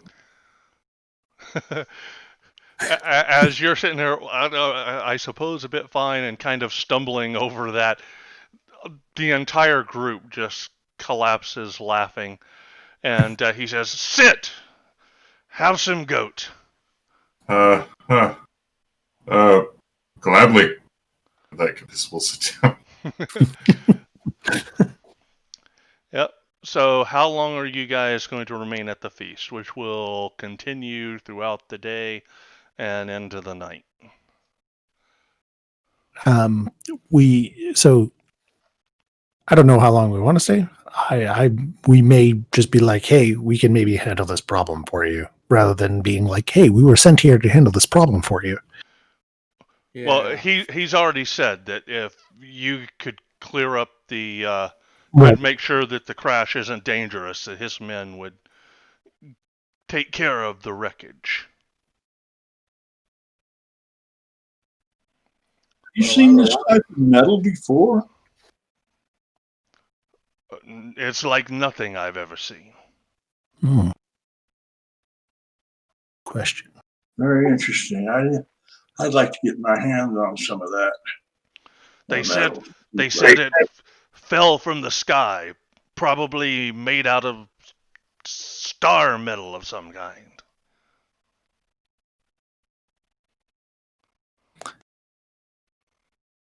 I figure I'll lean over to Capissa and ask, did you find the girl's parents? Isaac just gives a slight wince with a hearty shake of his head. Ugh, Empty. that does- Food left to rot in the open air. oh, that's awful. Any signs of where they went? I'm not exactly the keenest of eye. I was hoping after we have made contact with the Jarl here, hospitable as he is, we would proceed back towards the house and from there try to figure out where the terrestrial humans might have gone. Sounds good to me. If anybody else overhears that and is amenable to it, I'd probably finish a polite drink before bowing out. All right. With that, we'll take a quick 10-minute break. Okay. All right. Sounds good. All right.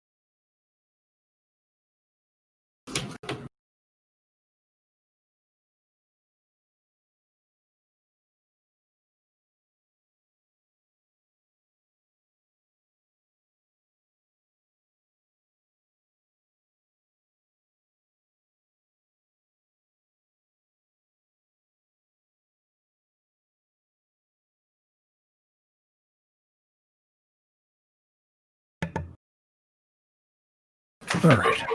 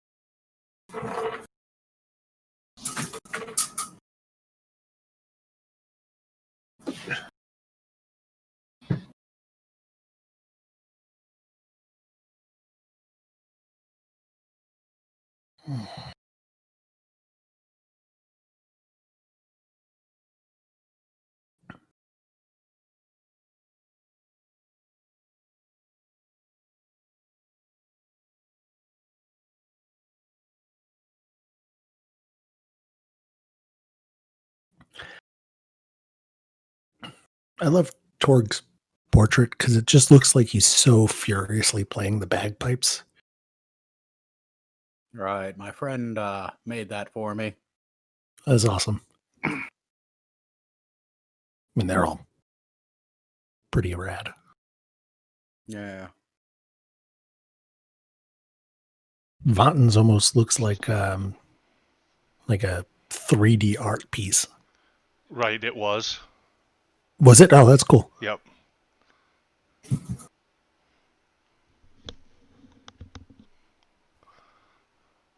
Right. I almost submitted my own 3D art piece that I made because, but it looks absolutely terrible. Mm-hmm. Like if you look at my skill level in art, it's not that great. I feel like there's like two different types of art.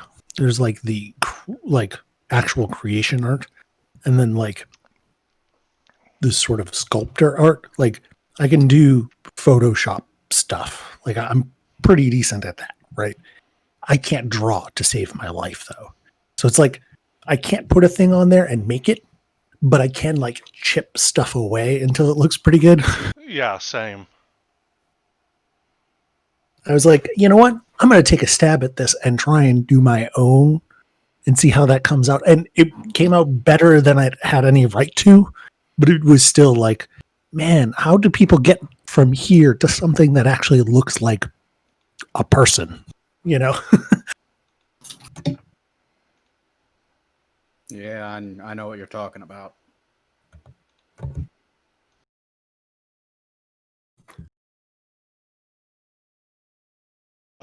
Who all are we still waiting on? Bax, are you back? Yeah, I'm here. I'm here as well. Okay. Looks like it's all of us. Well, I'm here. Bax and Kapisa can't follow instructions. I'm God, just guys. kidding. What were we supposed to do? Read the chat in Fantasy Grounds. Oh, I didn't see that. I didn't even take a gander. I was looking at Discord. Yeah, I was looking at Discord. If the first two hadn't said something, I don't know that I would have noticed.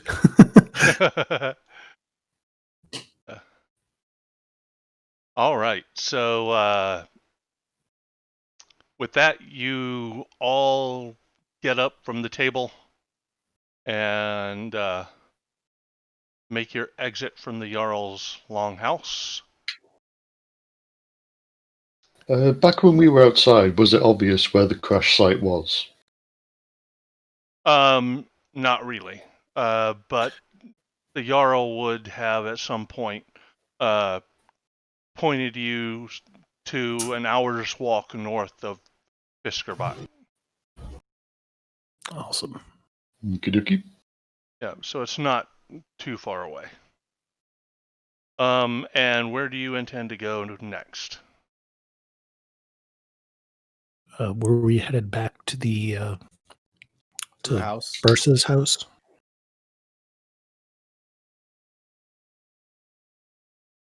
I'm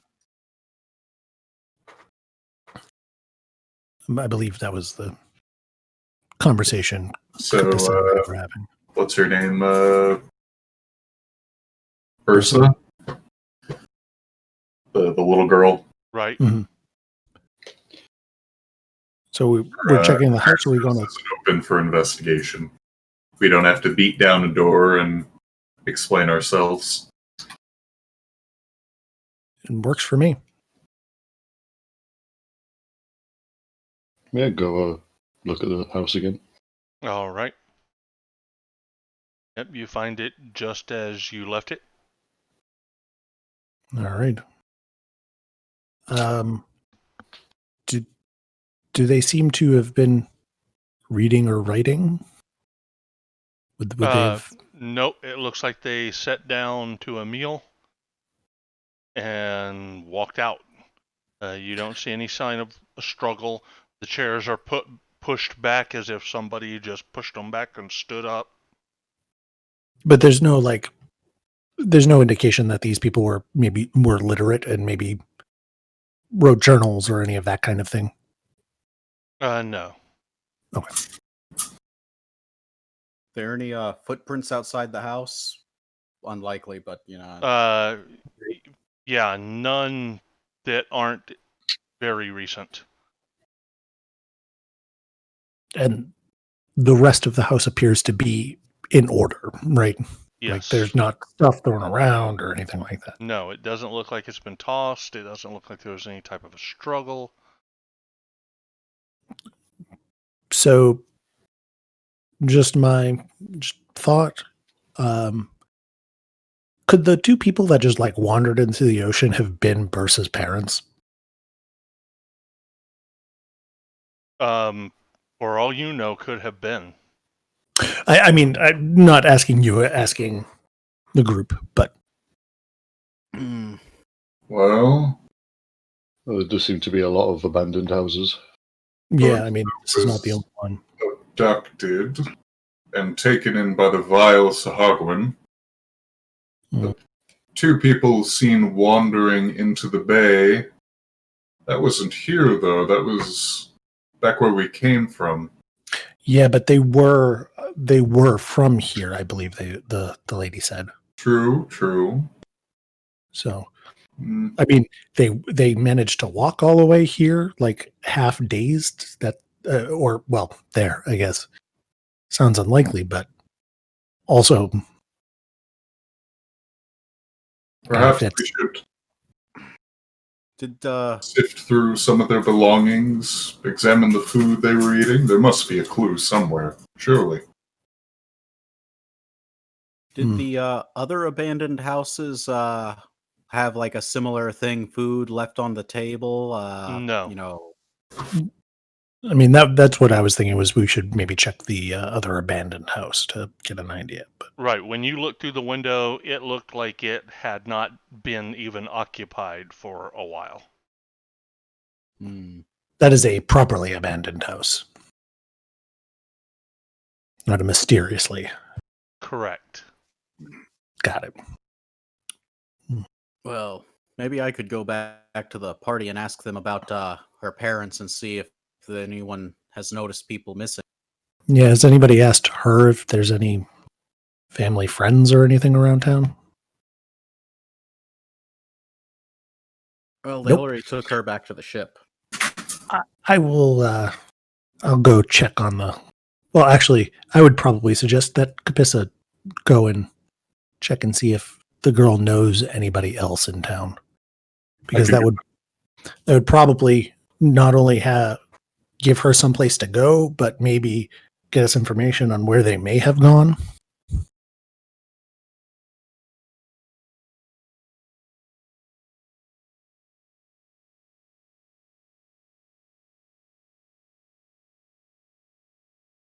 So what's the plan here, guys? So There's because not much that we can go on by what we're looking at this house. Maybe there's a type of clue at the wreck. that's kind of what I was thinking. I feel like we're probably not going to find a whole lot. I mean, I would still search the house anyways to see if anything was standing out, but otherwise I would assume It's been quite a while since the wreck, the crash happened, and quite a this while house- since they've been gone. so Sorry. I am sitting there nodding my head at Braun. I mean, we can do a quick search of the house and see what we can find, but I think that our best bet is to head towards the wreck. You guys have now done a quick search of the house. You've looked around the And house, found nothing. Yeah. found that none of the other rooms had been disturbed. The table is set as if for dinner, and it looks like they just scooted the chairs back, got up, and left.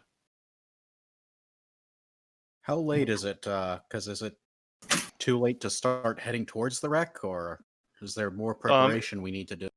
So you had arrived at about noon, and I guess you stayed for a couple of hours at the Longhouse. Yeah. So it's probably 2 or 3 in the afternoon. It's only an hour away, so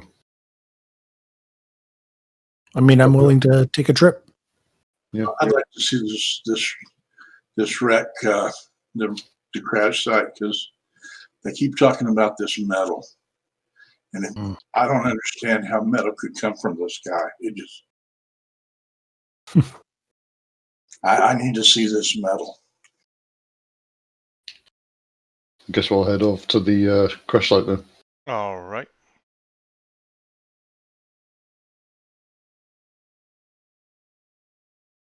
I'm starting to get all jumpy and excited about it. Something new. Something maybe I can make something even better than what I had before. The excitement is infectious, and Xanareth smiles.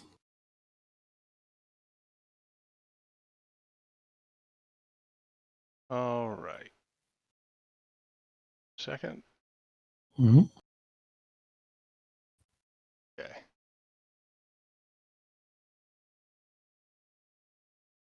I actually have a little skip in my step, like I'm dancing almost. As you reach the site of the crash, the sight before you is entirely alien.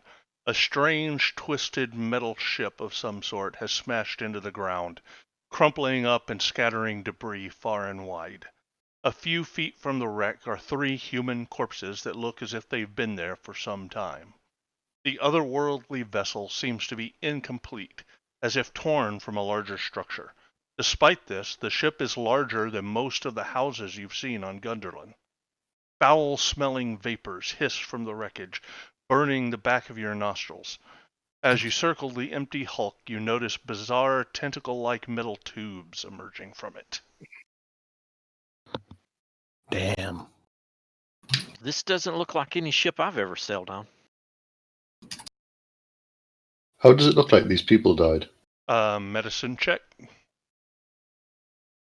Do I get the bonus from that? What's your... You'll have to remind me. I don't remember your bonus. Yep. I've put it down as temple medicine know-how. Double proficiency checks to identify diseases and assess the health status of others. Sure, I'll let you have that.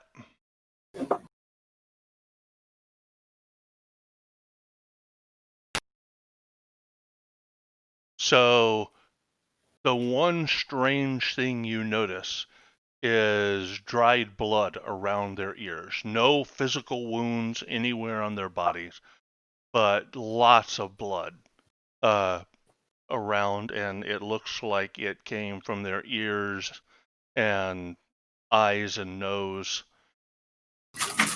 I'll point this out to everybody else.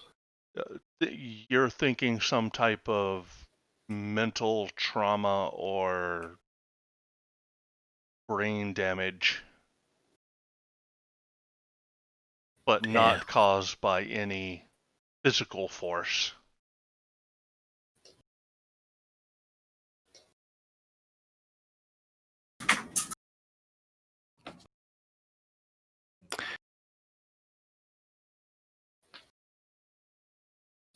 So I guess I'd probably slowly wander around the outside of this thing and try and get a good idea of, I don't know, if there is anything around here that is not just wreckage. Go up to one of these tentacles here and look at the metal. All right. So, Torg, as you walk around it to the other side,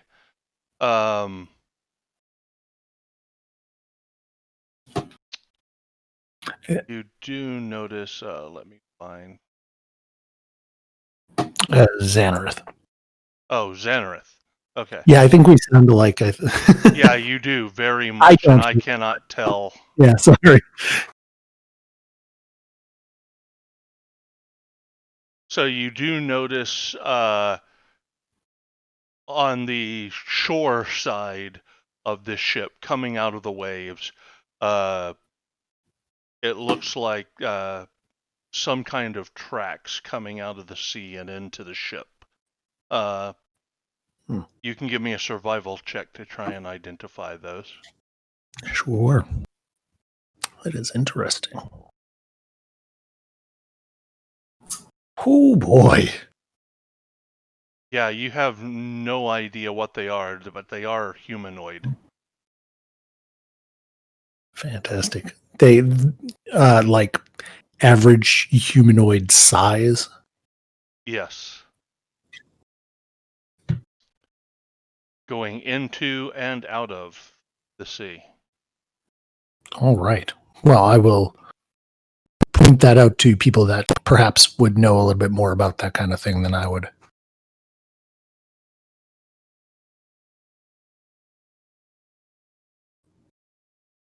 And then I'd probably start hanging out with Braun, just looking at these giant tentacle things for a moment. All right. Yep, they are made of a metal like you've never seen before. And everyone who gets close can give me a Constitution saving. Oh. I feel like I should have seen that coming. To the tentacles? Yep. Okay. That's not good. Yeah, That's so not a priest. anyone who rolled under a 15, as you get close, the fumes wisping out of that catch in your throat, and you spend a couple of minutes just having a coughing fit and have to back off away from the vapors. Do those vapors just start? No. Foul-smelling vapors are hissing all over the wreckage. Is there like a lingering pain, or is it just once the coughing subsides? No, once the coughing subsides, you're fine. Okay. All right. All right. Oh, that is coarse. And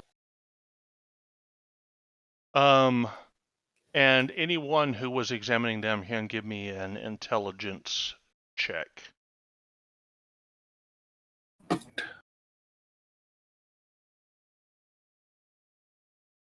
One of you can, and others can assist. So, Xanareth, you recognize, or you notice that the metal has a slightly iridescent quality. It's incredibly strong, and yet it's been forged into a highly flexible appendage. And you can't help but notice similarities to star metal. Interesting. An entire ship, or at least large parts of a ship made out of star metal. That's a lot. In the meantime, I would try and drag somebody back to take a look at the tracks that I couldn't identify. All right. Who would that be?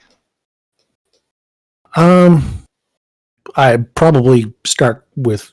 I mean, I would probably say it out loud. Hey, I found some tracks, and trying pouring over whoever was interested in coming to look. Anybody wish to investigate the tracks? I'll investigate the tracks. All right. Survival check. You recognize the tracks right away. You remember as you were battling the Sahuagin on the decks of the Voyage, and the prints, watery prints they were leaving, looked exactly like that. So I'm gonna let them know that that looks exactly like the watery prince of the Sahuagin we were fighting. Hmm. Actually, Yeah, I see it now. Yeah. I'm gonna back away from these a little bit. Yeah.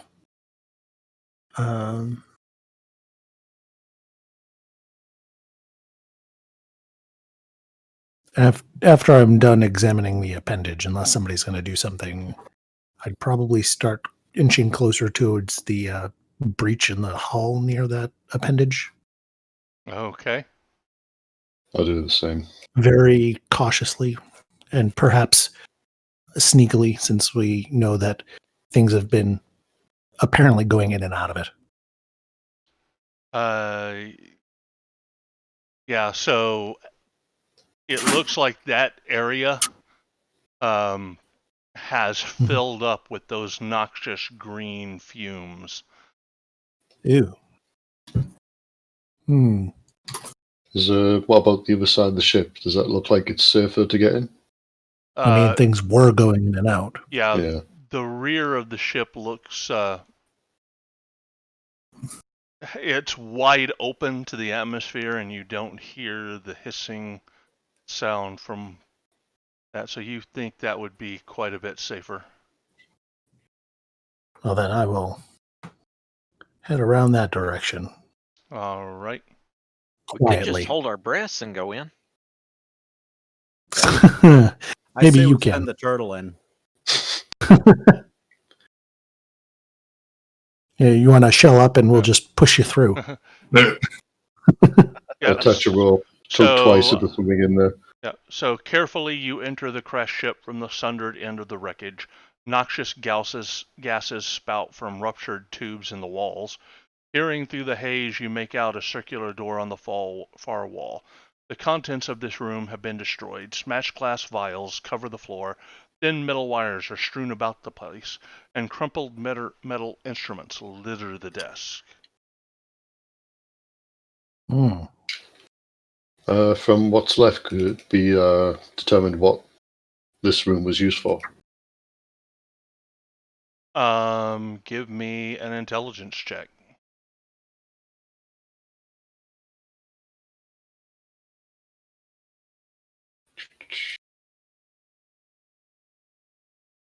Not a clue. Nope. I'm stunned. I don't suspect that I would necessarily know what the tools are, but I might point them out to Braun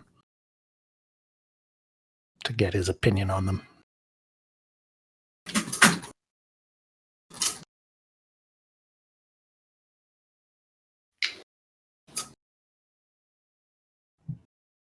Any comments, Braun? No. Okay. Just gonna. So you're like, hey, Braun, over look here." at these, and he just stands there. Looks over the shoulder. Huh? I have no clue. I mean, I'm just like dazed in wonder at all this type of metal and this type of wiring and stuff. I've never seen anything like it. Well, I will shrug my shoulders and be like, okay, and take a look at them myself, I guess. See if I can't divine their purpose. Yeah, you can give an intelligence check. Sure. Oops, that's the wrong one. I have no clue what they are. You can't tell exactly what they are, Xanareth, Mhm. but it does not look like they were made to be manipulated by human hands. Oh. Yeah, so like where a human's fingers would fit through, like on a pair of scissors, these are very Yep. much smaller holes. And some of the objects look like they would require several flexible digits in order to be able to handle them. And as you're thinking about it, you recall you were the one that touched the Yeah. Yep, that was me. yeah.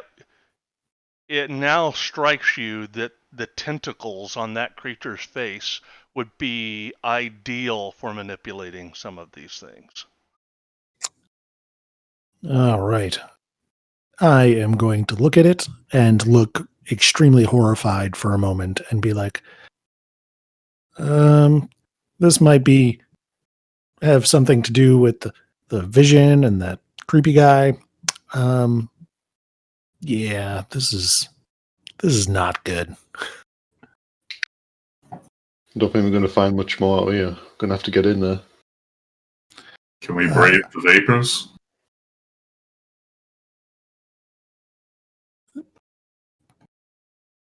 Well, so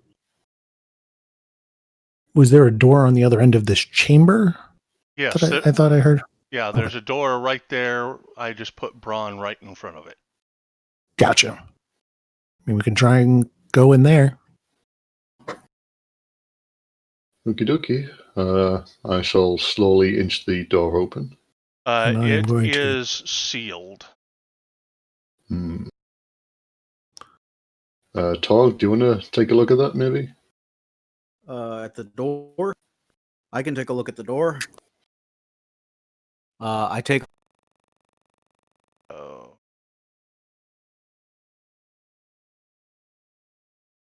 There you go. We're looking good. All right.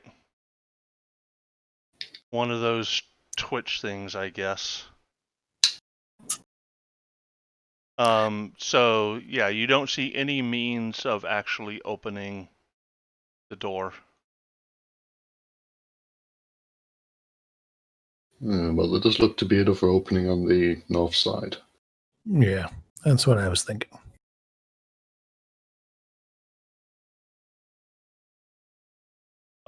Also,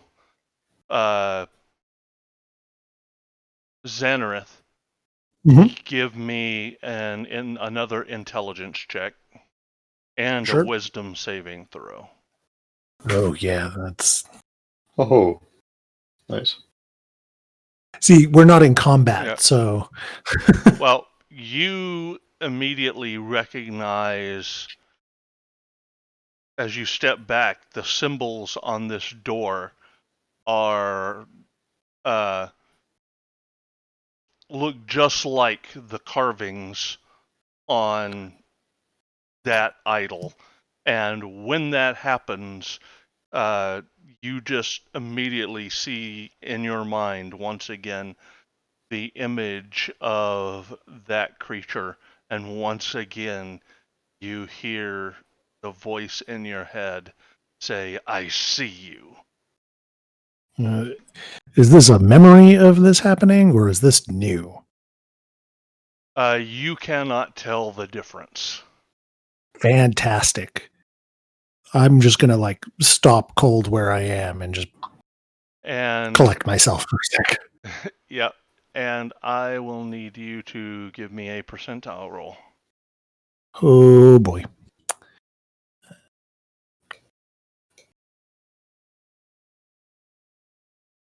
$99.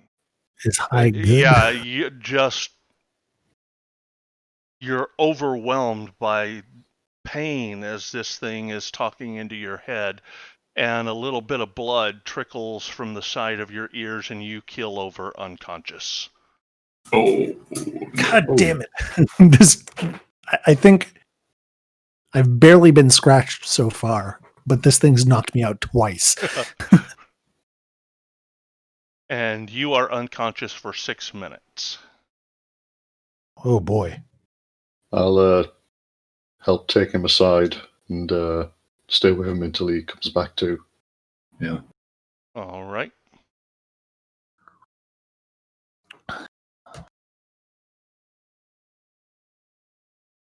Had to go and touch that thing.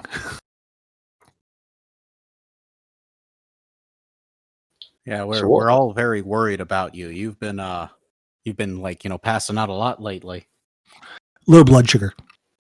Yeah, and Vatten, you see kind of the same effects on him as the corpses laying out there in the sand. Whatever killed those corpses looks similar to what's happening to you. Oh, wonderful. What caused it? Wow, what happened? I saw the symbols on the door, and they reminded me of the symbols on the little idol. And then my friend decided to pay me another visit, and I got to see him again, and he said that he saw me, and that's basically all that I remember. And then I apparently started bleeding out of the ears and passed out. Doesn't sound like a very good friend. Like, if you see them and they see you, it's not supposed to be that bad of an experience. Yeah, Dark I agree. creature of the depths, no doubt. Mm-hmm. All right. Yeah. So where else do you wish to go? I'm going to sit put for a minute. Even after I wake up, I'm going to just sit put for a couple of minutes and just kind of breathe and All right. collect myself. Somebody want to check out the north side of the crash here? See- I'm gonna help check it out, even though I'm pretty sure looks like there's a lot of green coming from it. It's free money. If I stand out just a little bit, like, with my ankles in the water to can I see into it at all from there? Just a bit. Half crushed beneath the ship are 3 metal tubes that look like tentacles. And you can see just a little bit more. And through that. Well, come on, stop it.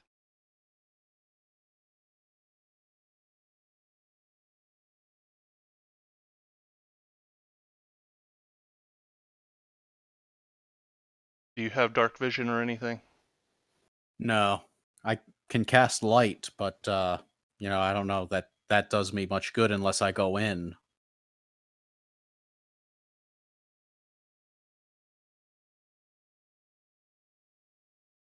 Is it silent in there? So you look into that area from a safe distance, and peering through the haze, you can make out some shattered glass on the floor, and thin metal wires strewn across the place, and more crumpled metal instruments on the floors.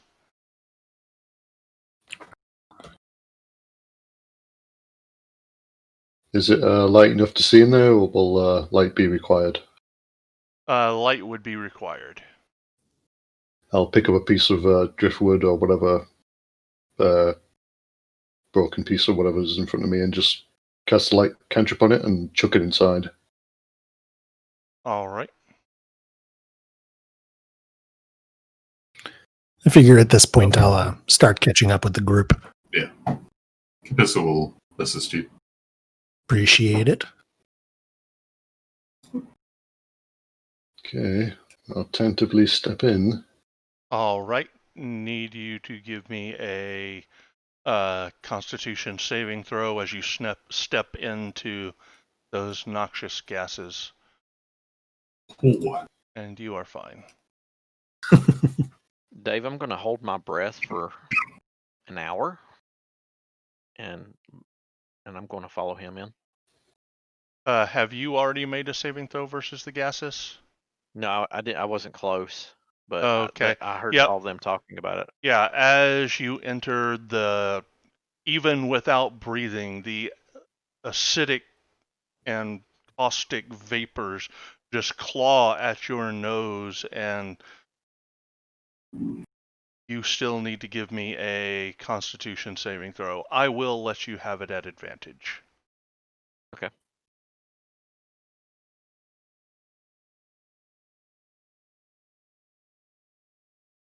All right. So you guys find yourself in... Place is kind of creepy, isn't it?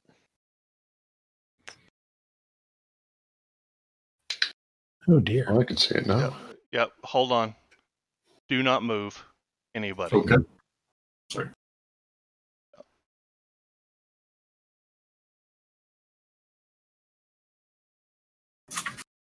Side note: did we just like kind of abandon Braun back there? I mean, He seems to be infatuated with the metal. Yeah, I've got a piece of metal back here. I've been scratching on it. I even licked it to taste it. I mean, yeah. So I want to make something with this stuff. yeah, so before you is a cylindrical chamber filled with peculiar glass-top pools of brine, separated by thin sheets of iridescent black metal. Floating in these pools are a dozen of dead tadpole-like creatures with vicious little teeth and slender tentacles. At the near end of the chamber are two desks covered in broken equipment, or at this chamber near the door that to the other room. Hmm.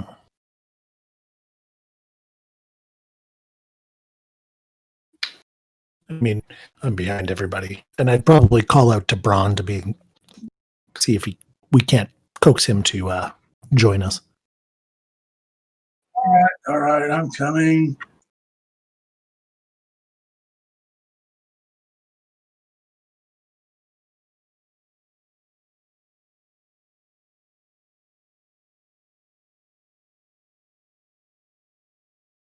What is it?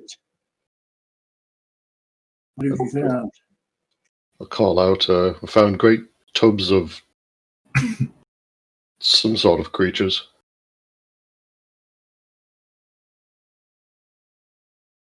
Hmm. And they're definitely all dead.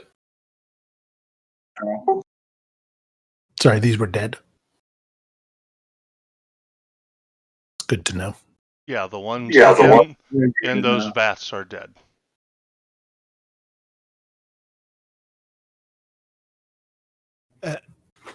As a land dweller, this is not something I would know, but would either of our any of our seafaring friends know how long they were dead? Well, as Votan has entered and Baxian, the rest of you are still outside so far. But Votan, and Bax, what is your passive perception? Mine is 13.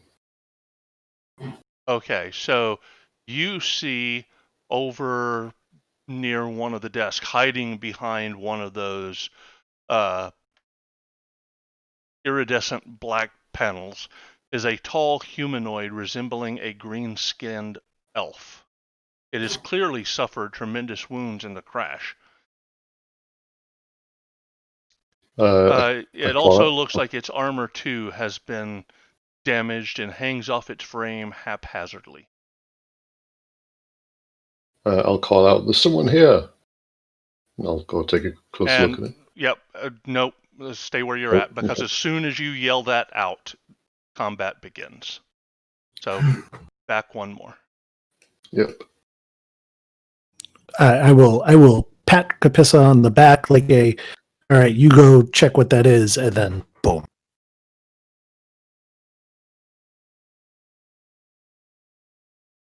So Torg. All right. I'm probably gonna have to make a check to even get in there, but let's see. I can move 2, 3, 4. I'll move about there. Right now, the area until you get past the glass is all considered difficult terrain. So each Okay. of those squares is going to cost you 2. Okay, so I probably could only get about there. All right, and I have to make a Constitution save, right? Correct. If you haven't made one already, you have to make one. I mean, I made one and failed, but Then you're still fine. okay. All right, and I can't see it from there, can I? No, you cannot.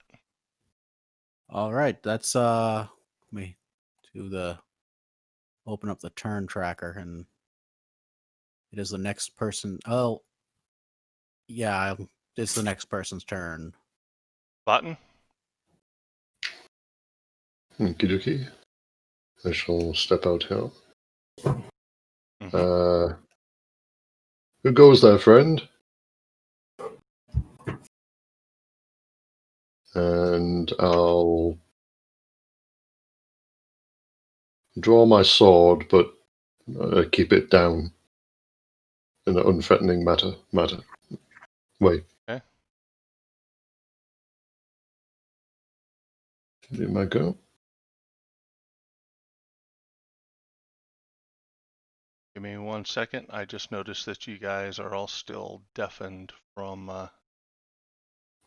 Oops. before. I mean, my ears haven't popped since I had that happen once. I flew, and for like 3 weeks, my ears weren't right. Oh man, that sounds terrible. Yeah, it was awful. Everything sounded like it was half volume. All right. So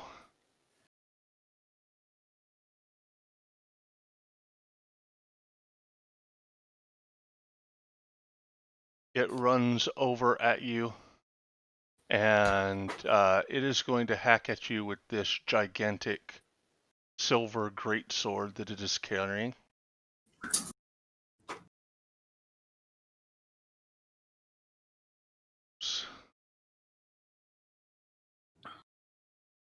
What's your armor class? 18. So it misses you. And Ron.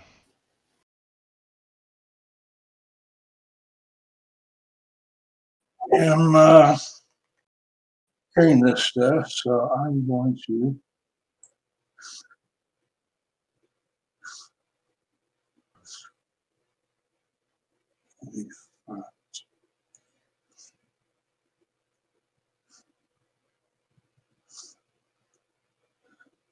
that's 25 right there. Okay. So I'll get in here. The first thing I'm going to cast Sacred Flame towards this thing. Okay.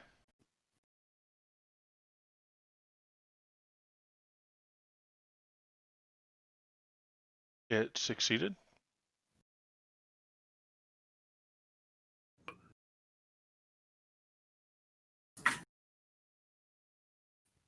Then I am going to bonus action spiritual weapon, Okay.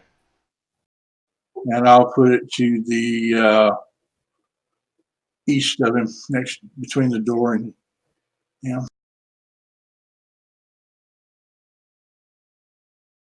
All right. And go ahead and make your spiritual weapon attack. That's a hit.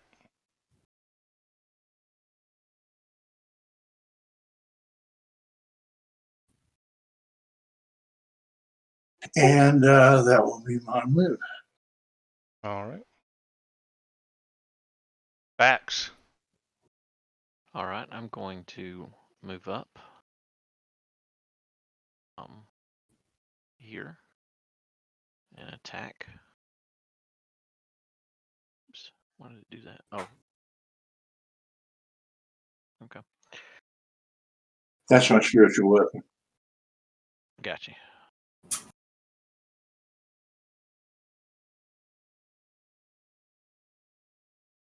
Oh, That's a miss. yep. Okay, there's my turn. Xanareth. All right. So is the wood also difficult terrain? What would? So the glass is, right? But Everything for this, all this jumble of metal and material here right in front of you, all the way into the ship past the glass is difficult terrain. All right. Was that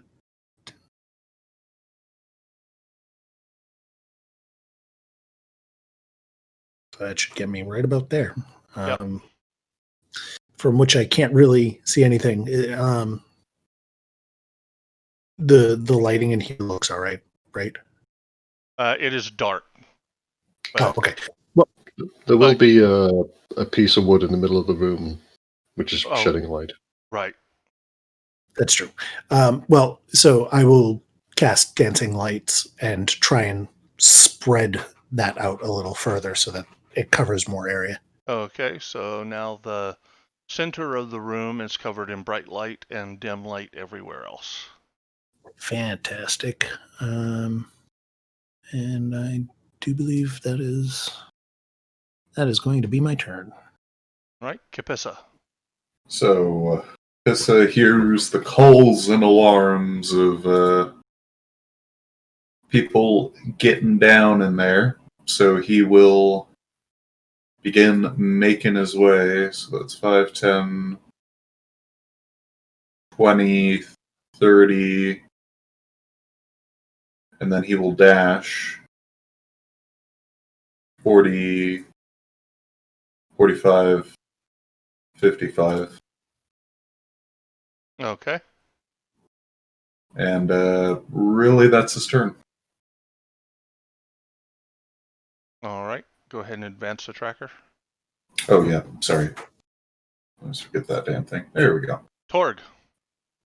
Okay, so I should be able to 1, 2, 3, 4. I'm gonna stop there. Because that was it. That was 4 and then 5, 6. So that's where Kapissa is. So I'm gonna stop there. And I am going to quote the movie Predator, I think, about the scene where Arnold Schwarzenegger calls him an ugly thing. And I'm gonna use the or is it Vicious Mockery? So I'm targeting him. Roll. But he succeeds. Oh, he succeeds well. So I'm gonna let that be my turn.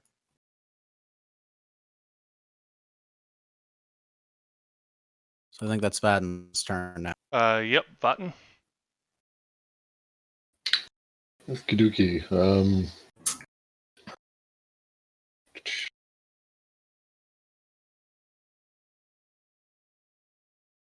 Yeah, I'll just swing twice at this guy.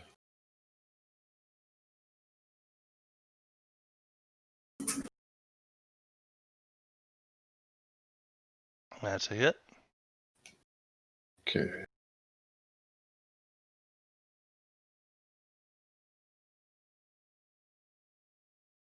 And second hit. Is also a hit.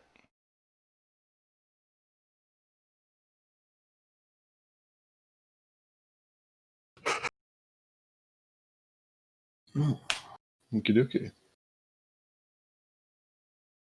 And that's my turn. All right. Let's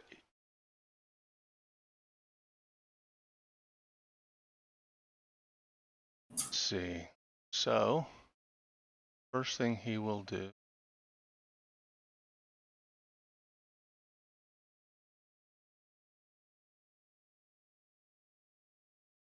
He'll just slash at you with his silver greatsword. And that is a hit. Whoa. Wow. And you feel as it hits you, not only does the blade slice through your body, but you feel almost as if your mind is being torn apart. I start to scream. Ron?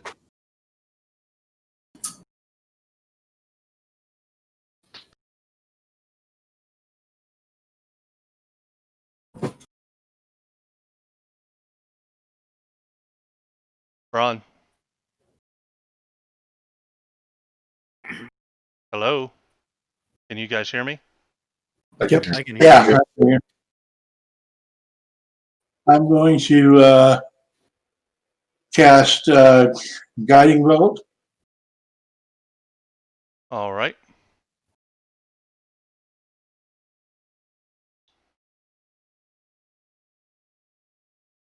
And miss, and then as my bonus action, I will hit with the spiritual. Okay. That's a hit. All right. So let's see. That's on initiative.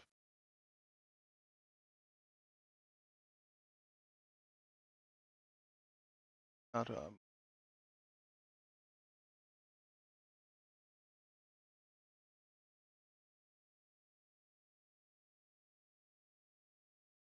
Okay. So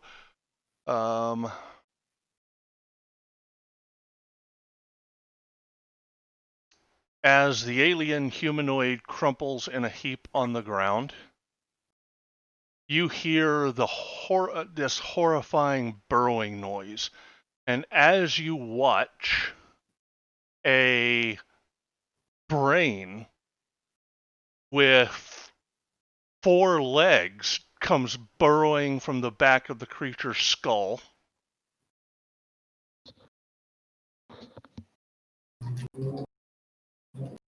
Shit.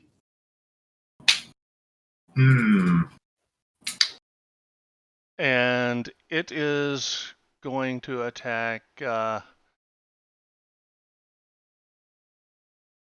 before Vatten.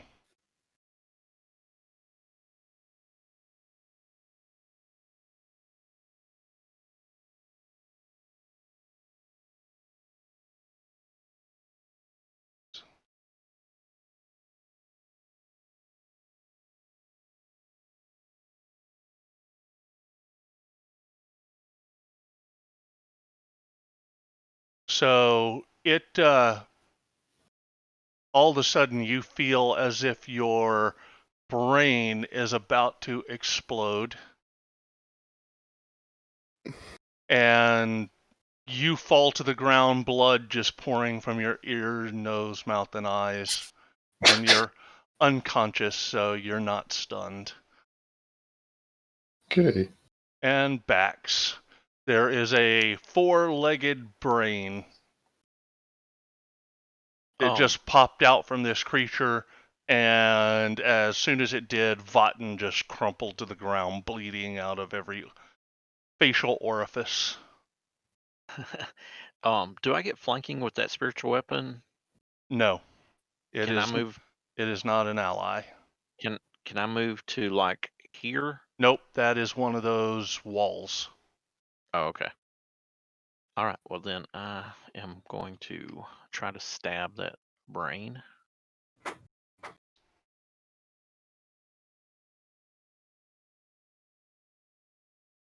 That's a hit. Okay. Do my sneak attack.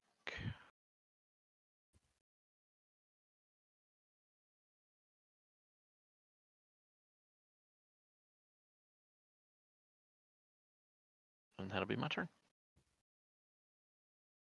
Xanareth. All right. I am going to come down here and see this terrible brain tentacle creature and go, what's with all the tentacles? And then I am going to throw a fire. This doesn't have any tentacles. It's just a brain with 4 legs.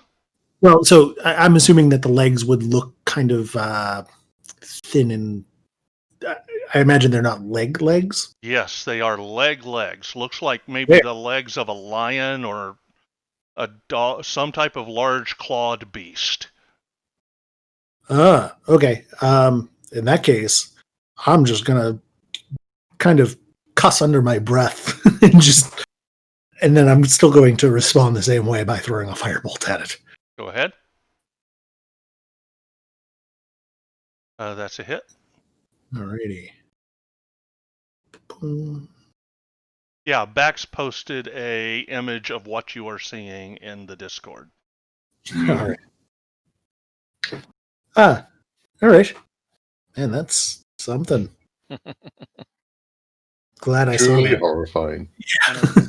It's like the size of a brain. Yes. That was like those appendages were in that person's body. Ugh. Nah, and that is going to be my turn. So, Kapissa can stand on the opposite side, assuming the place where this 5-foot thing is traversable. Yeah. You cannot stand in the same place it is, but you can move through that spot. Yeah, there's a translucent, spiritual-looking sword swinging around right there, or maybe a warhammer, depending on what Braun wants it to look like. Okay. If I can't stand there, then Kapissa is just going to stab. Honestly, so roll. Grab the trident, one-handed. Ooh. That's a hit. And do I need to turn back on dueling, or is it already on? It's on right now.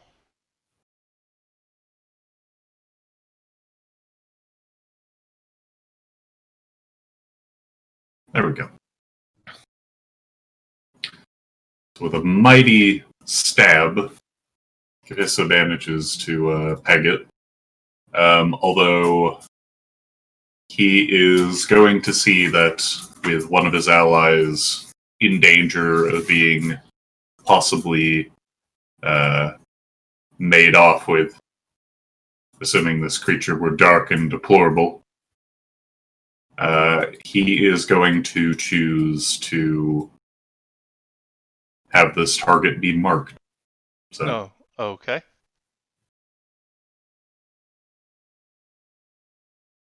Anything and else? with that, nope. Okay, Torg. All right, I'm gonna move here. I'm gonna use my bonus action to try to bring back Fadden by using Healing Word. Okay. So let's see.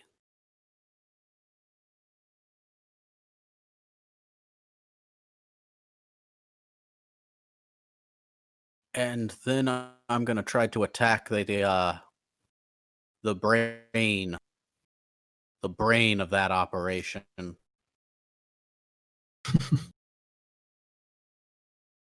That's a hit. Okay. How does it die? So I stab it right through the lobes and the corpus callosum and split it in half.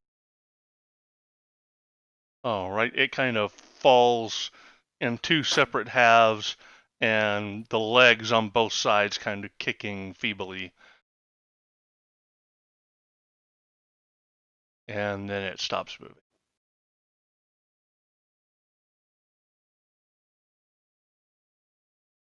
All right.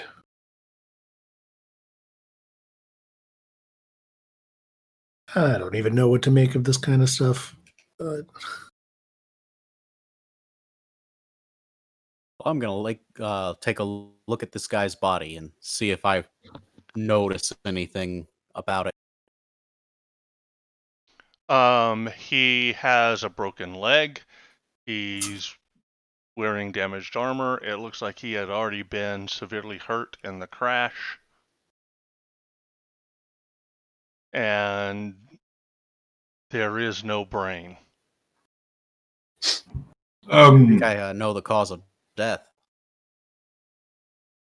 He did have that nice silver sword. Friends, is it uncommon for brains to do that here on the surface? Yeah, to my knowledge. Yeah. No, I'm going to say from yes. I mean, I've never seen it before, but I don't judge. What are these little tadpole looking things in here? You think they're their children? I just assumed with the legs. No, What if some of them got out and got into the ocean? oh no. I mean, we know sagas have been in here. Do you think they could have possibly took some? Could that be what happened to the couple? Maybe these brains somehow telepathically take over their bodies and drove them. Yeah. That would be very dire. What is this? Normally, I'd try and figure it out. Maybe there's something farther up in the ship that will tell us more about it. Yeah. Any of you can give me a knowledge, an arcana check, but with disadvantage. Because this is quite exotic. Just the other day, my brother's brain popped out and started walking around. Wait. Is this common for people under the sea? I was joking. Oh, yeah, okay. All right.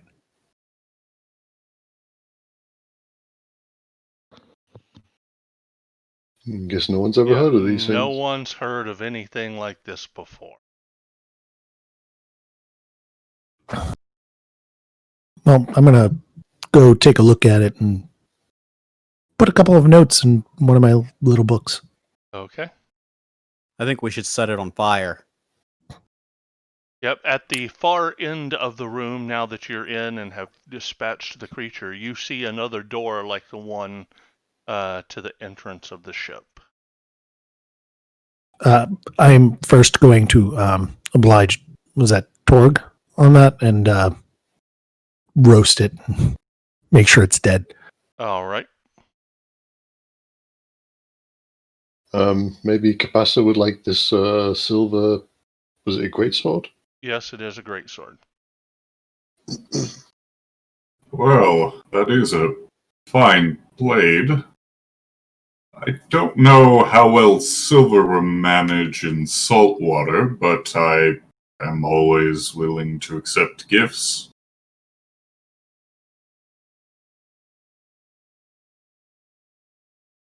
We know if there's anything, I don't know, magical about the great sword. Every Special. time it hit him, it felt like his brain was being ripped out of his skull.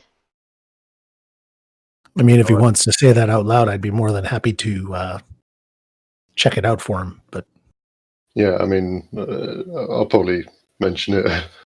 yeah, I'll identify it.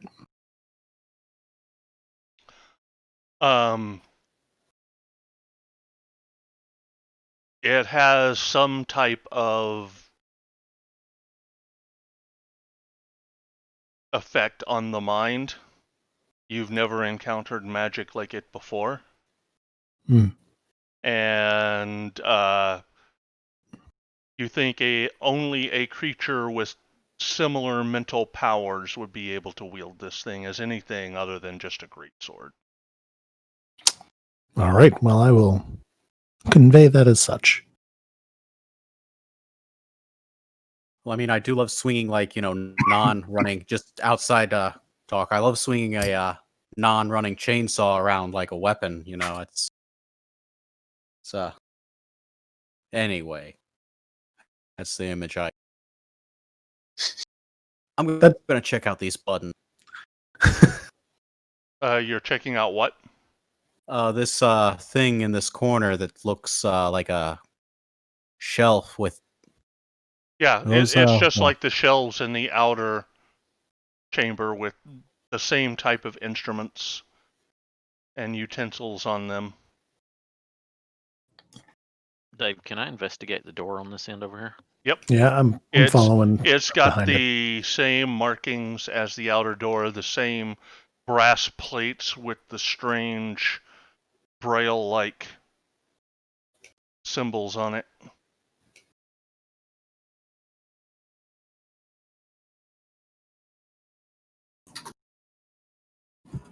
Can I attempt to open it? Do you touch it? Not with my hand or anything. I want to, try pushing on it with like my sword first. Yeah, it does not budge at all. Okay. No, after seeing what happened to him outside.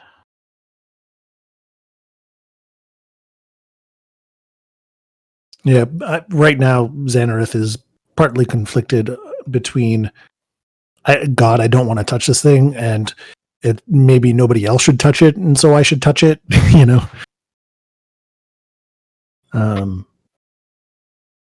So there doesn't appear to be any entrance from that break in the hull to the south that enters this chamber, right? You did see some type of a hall running. Looks like the immediate interior is like a hallway that surrounds this tadpole chamber, and it did go on to that end of the ship. So is this chamber connected to the outside So on the south? So on the map, you see the purple area? Yeah, right there. That goes both ways. That is actually hollow, and you can walk up and down that. Oh, Okay, I gotcha. like a wall. All right, that's cool.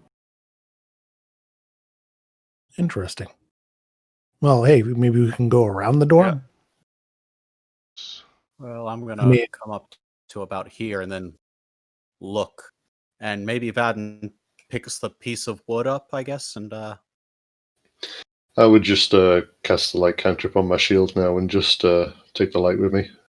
that's good idea. I'm busy having my revelation still, and then I'm going to turn around and everybody's going to be gone, and then I'll follow after them. All right.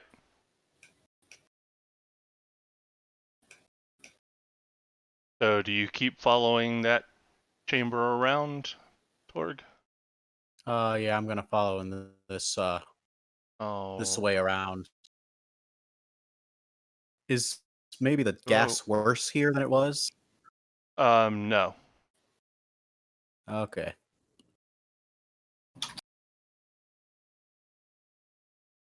Yep. So yeah, you are able to go completely around, and then as you get toward that outside rent in the hull, the gas does become thicker in that area where it's pouring out of that tentacle and filling that little part of the hallway. So as I get further down here, it's probably gonna get worse. Right. Well, I'm gonna ask if anybody wants to get ahead of me, or is there enough room? Nope, nobody. Okay, well, just gonna try to make a full circle. Right, you're able to come back up to that big hole in the hull, and that area is really thick with gas by the time you're there. And you're just gonna walk right into it? I think I'm gonna try to walk right out afterwards, but Okay. and get some fresh. I'm not gonna sit there for a while. I'm probably gonna be. But you will need to give me gasping out a here. Constitution saving throw if you're gonna walk through the thickest area of the gas. Let's see. That's. You are poisoned for an hour. Oh, shit. Yeah, it gets really bad in the last part of that circle. I can probably confirm that there's nothing nothing through it in it. It comes back around. Then that just leaves the door. Everybody's turning around and going, back. Right. All right, reverse, single file. Keep the line.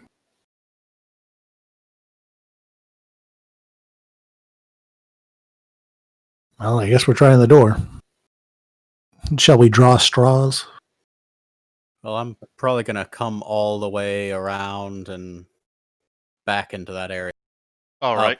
But I'm not touching the door because I walked through the gas for you guys. I'll cast Lesser Restoration and Tog.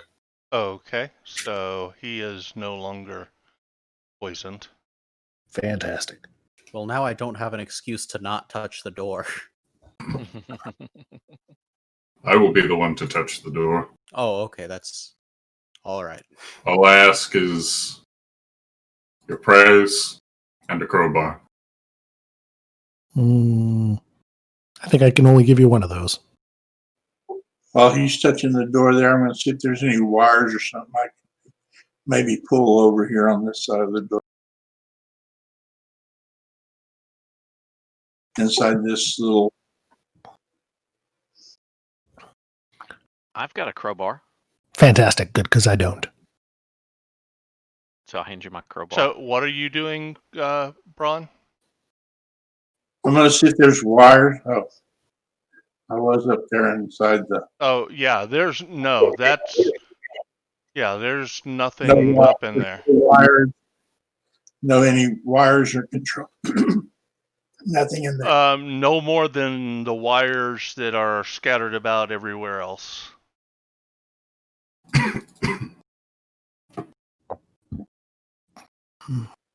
So jerking on the wires probably wouldn't help.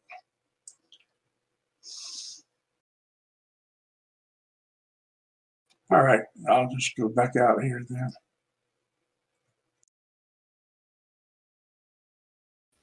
Tog appears to be deafened. I mean, I haven't heard right all my life, some people say. All right, I think everybody's right now.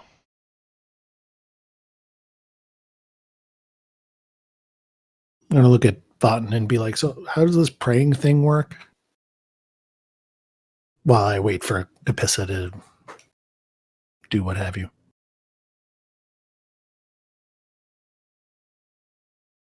I'll pull out my Book of Tom.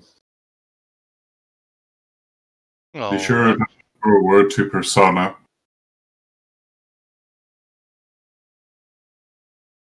Yeah, I'm doing that, whatever he just said. doing what? I don't even know. Literally, Xanareth doesn't understand like the concept. What did you tell him, Capissa? Offer a word to Persona.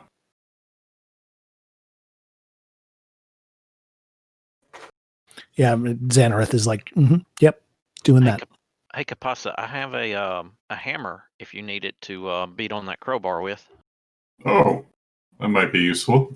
First, though, let me see if I can just... And with that, Capissa is going to examine the door and see, by a miracle, there is something usable, like a handle No, there is not. Okay. Just the 2 metal plates. Doing a quick glance around the frame of the door for any weird levers or panels. Investigation check. I need to open skills, investigation. Oh. Hey. So you already had seen those metal plates, but you do determine that the door seems to lift up rather than swing inward or anything. It more raises like a portcullis. With that, Kipissa will rest the crowbar on the ground and attempt to wedge it beneath the door. And assuming he can't get enough traction on his own, he will gesture for assistance with a hammer. I will cast, and I believe you get advantage. And does enlarge give you advantage on? Let's see. If just apply the effect to him, and Fantasy Grounds will give him whatever he gets. Yeah, I was just double checking to make sure because I think you get advantage on those. So. Checks and strength saving throws. Right. Yep. Perfect. So I think crowbar automatically gives you advantage on strength checks with use of you can use a crowbar with. I get super advantage, which is a thing that totally exists. Right. Well, in that case, I'm going to save that second level spell. Will help that way.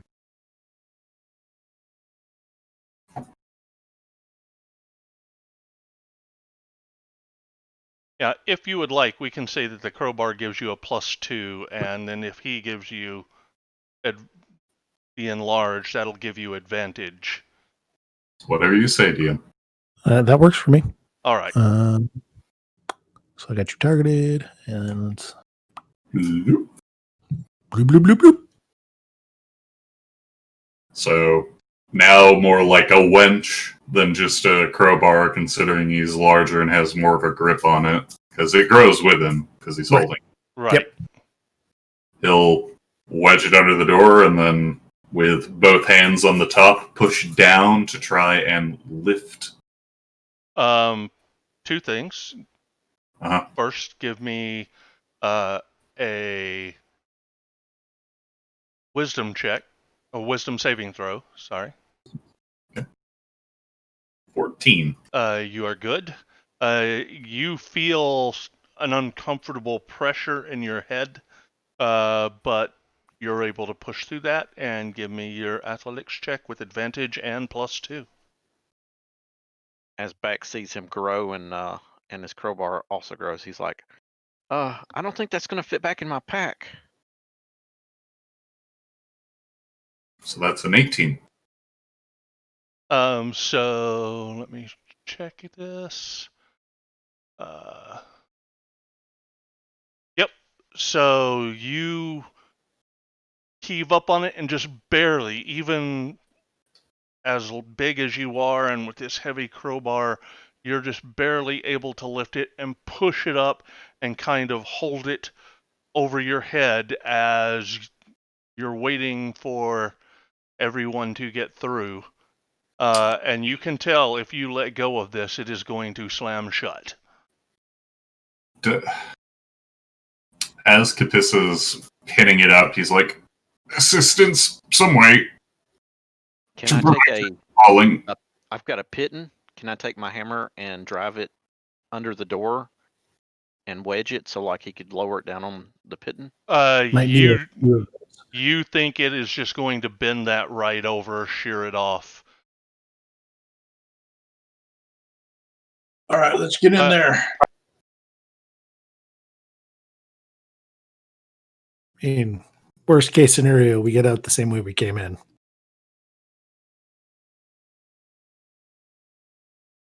Well, we have to wait for your spell slot to Yeah. You know- We still have some open ones. You emerge into a huge circular chamber dominated by a gigantic brine pool, which levitates a few inches off the ground. The pool is surrounded by alien architecture that is horrifying to behold. The structure seems to be an unnatural mixture of molten rock and metal, covered in otherworldly hieroglyphics that fold together and separate as you observe them. The whole chamber gives off an apparent malignancy, causing the hairs on the back of your neck to stand up. And Xanareth, I need a wisdom saving throw. Son of a... This is the entire rest of the game for me. Oh God. Yeah. So once again, as you're staring at these symbols, you can almost feel the tentacles wrapping around the back of your head and grasping you. And again, you see the image, and you turn and see the image of this tentacled face staring at you. And this time, he says, "You are mine." And I need you to give me a D100. Yeah, I was already ready. I was waiting for you to say it. Low is better, right? Okay, so 24. Well, 99 didn't work out for me, so hopefully. You are incapacitated for 5 minutes, just laying on the ground, God. screaming and weeping. So I either need to get a 100 or a 1. Okay, so you're rolling on the short-term madness table. There's Okay. nothing on there that is good.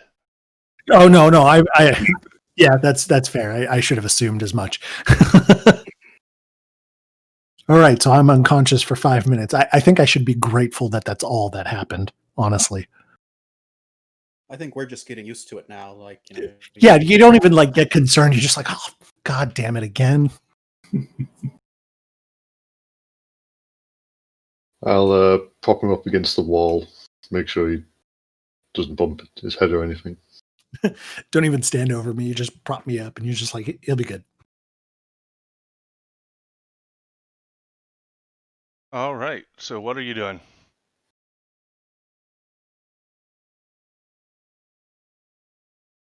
I'll be taking care of Torg. Okay. Xanareth. Yeah, that. Sorry. Yeah, Xanareth's the one that goes crazy when he sees alien symbols. Yeah. All right. Yeah. What are the rest of you doing?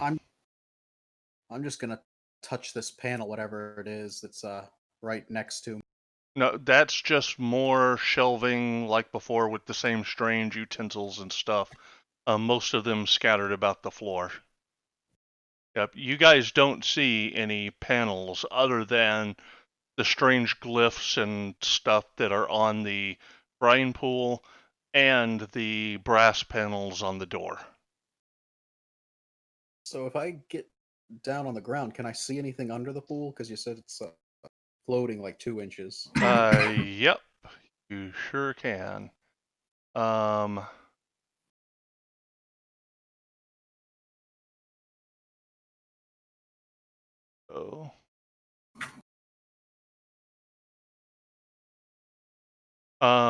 Give me a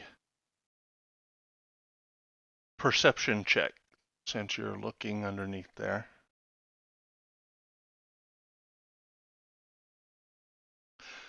All right, so you notice something kind of amorphous crawling around under there. Just it seems to be changing shape, and then all of a sudden it rushes toward you, and you realize it is a swarm of rats.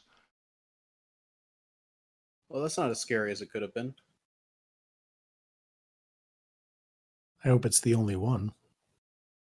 And we'll go to initiatives, but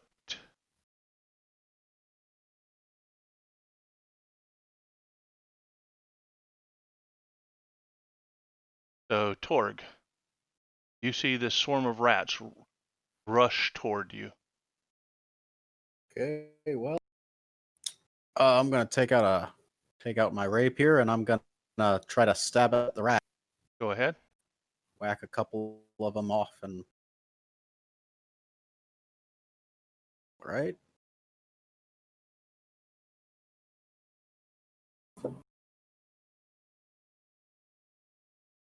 And that's my turn. Okay. Bax? Can I move up here? Is there room for me to stand there? Yep, so you climb up on top of the brine pool. They're underneath it. And as soon as... Yeah, that's the brine pool. Oh, okay. You still want to get up there? No. Okay. 'Cause it's on our side right now, right? Do what? Like, is it attacking through it? It's underneath. The brine pool is floating like 11, 12 inches off the ground. The swarm is underneath this pool. Okay. Do you understand? I think so. So I can move up here and attack it, right? Yes. Okay. It does have partial cover. So you're at -2. Okay, gotcha.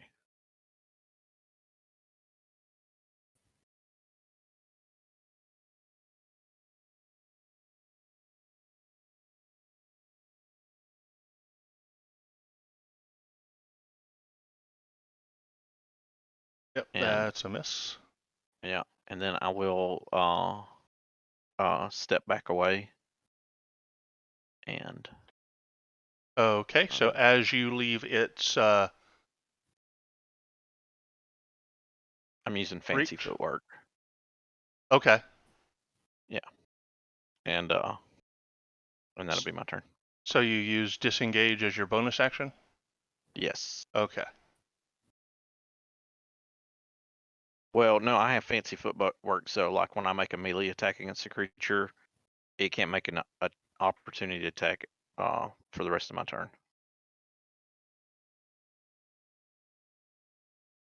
It's the swashbuckler.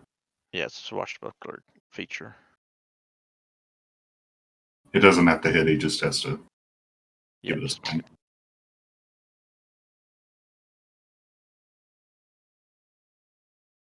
Okay. Pissa sees these strange, fuzzy quipper-like creatures, because he doesn't have a concept of rat, and he's going to see that there's... He really doesn't want to take, like, Baxian's spot here, so what he's going to do is he's going to move 5, 10, 20, stepping through Torque as he does so, and targeting that creature. I don't know why I'm targeting Baxian. But before I make the attack, I assume Enlarge has already worn off. It only lasts a minute. Correct. How do I get rid of that mod again? There. Thank you. So now I have no issue with doing one of... And you said it's a -2? Correct. Correct. Okay, so doing one of these. Probably no. Yeah, that's a hit. Looks like you Alright. Swarm AC, AU. And then damage for that much. And it is marked, but otherwise, he's done. Button.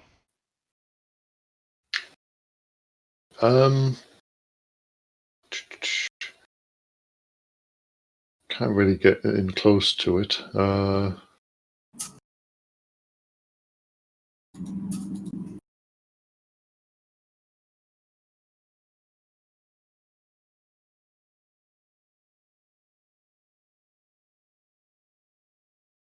sure what to do actually. Guess you could take Baxian's spot, but that has what is it? Partial cover.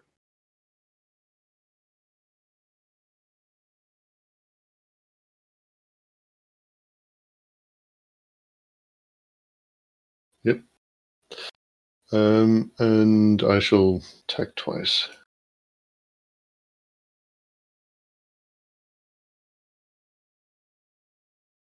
That's a miss. Okay. Don't forget to apply the -2.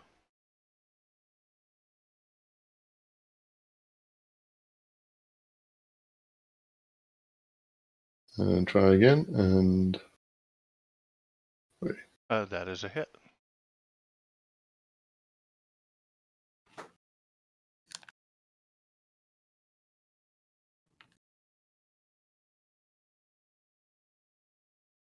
okay.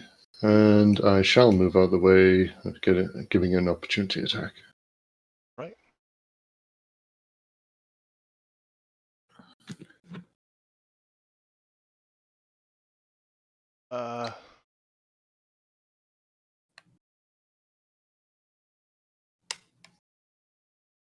Light. It has disadvantage if it's not attacking me. Okay. Yeah, it is marked from my unwavering mark. So I don't know if you want to reconsider that hit. Oh, even with the 22, yeah.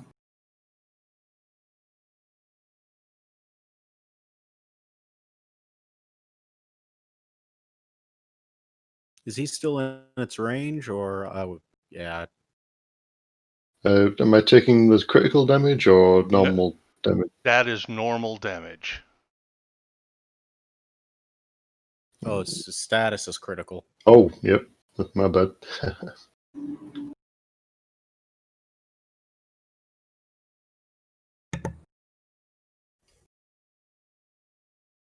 Okay, so now it's its turn, and let's see.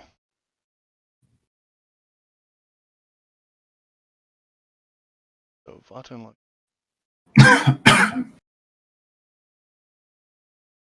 looks like the one that best. So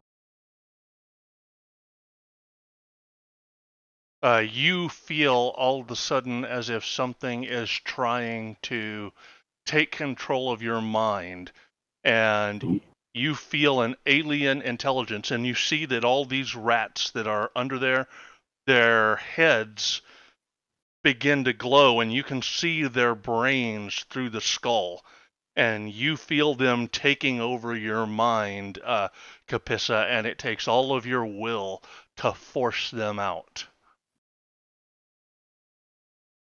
Xanareth, you are unconscious. Yeah, I'm just sitting here going, he sees me. Braun,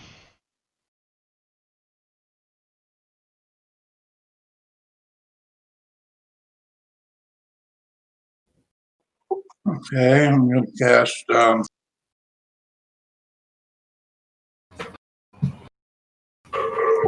Hold the Dead.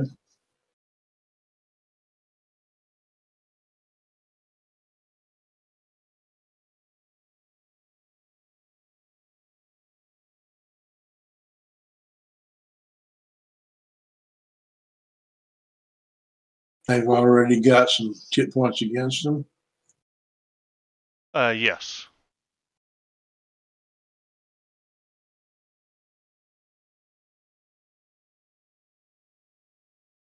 And this is my bonus action. I'm going to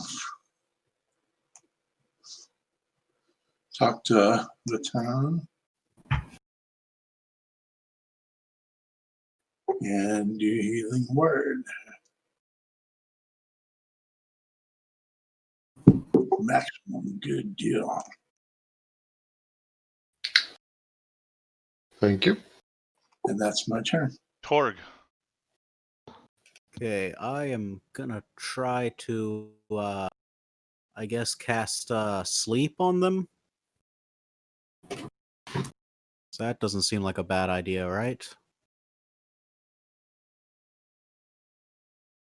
So, it doesn't look like I have any rolling dice for sleep, and I haven't used this yet. But How many?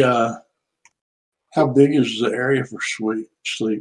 It's pretty massive. Let me grab the book for a second. It says range is 90 feet, and I don't see where the area is. 20 feet. 20-foot square. Yeah, so I'm gonna, but I don't know what that, oh, do I have to actually, like, wait for it to, Yeah, so, yeah, it's a 20-foot radius sphere. Oh, no, just 20 feet. 5, 10. Right. it says roll 5d8. Yep. Oh. See, do I just roll them side to side, or is there, wait, there's probably a way to roll Go them. ahead. Yeah. Just go ahead. If you click on the die, left Yeah. click, and then hold that down and left click, it'll add more D8s. Okay. To roll 5. Yeah. I thought that was. There we go. Okay. 23. Nothing happens. Okay. Nothing happened. Nope. I can use my bonus to because that doesn't take up my bonus action. I can use my bonus action to cure him with healing word, Okay. and that's my turn. Okay. Did you target him when you did that? Because I didn't see it. I did target him, I thought, but Did you roll it in the?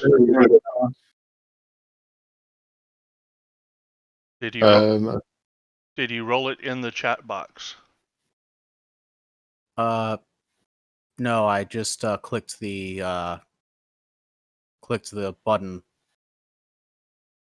Because I'm or not the seeing. cross. Yeah, I'm not seeing the result. I'm not seeing that it did anything. I'm seeing it in the chat box. Yeah, it says heal 4 to Vatten. Oh, well, if I would scroll all the way to the bottom, then maybe I would see those things. Bax. All right, I'm stepping back up, All right.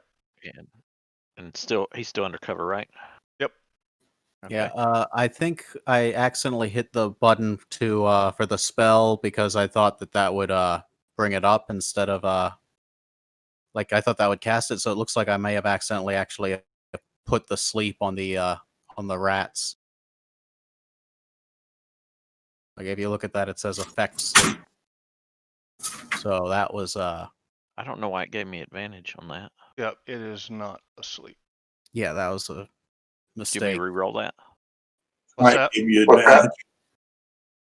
It gave me advantage, I guess, because you had a sleep on Yeah, it. I accidentally I hit that before that. So So it dropped an 11. 11 plus 2 would be 13. That's still a hit. Okay.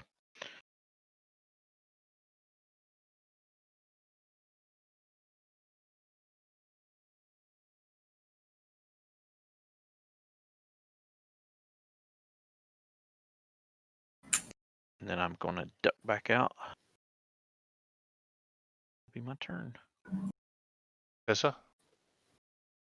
Capissa sees rat. Capissa stab rat. -2. Whoop.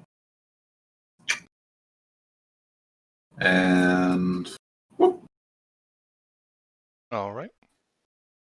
It is marked once again. All right. And whoop. Okay, step back in. Oops.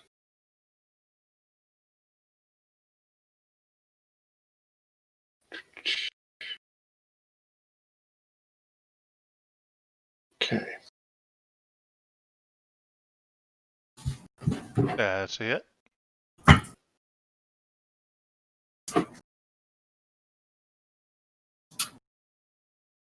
Okay, and I'll use my last warp priest function to get another hit in. That's a hit.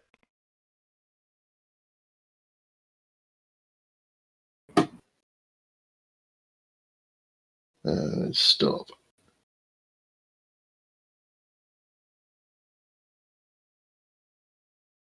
Okay. I'll just stay here. All right.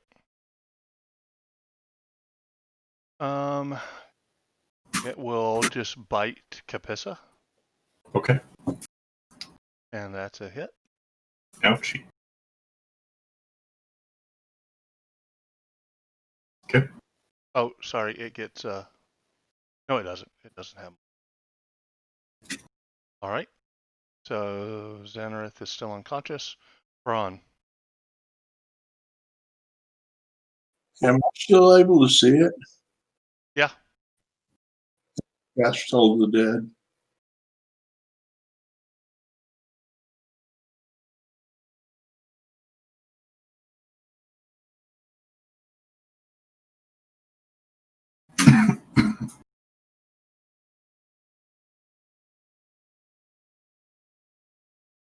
Anything else?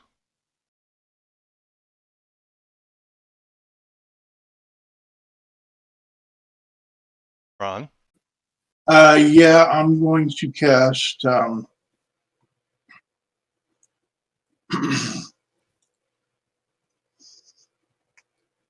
going to cast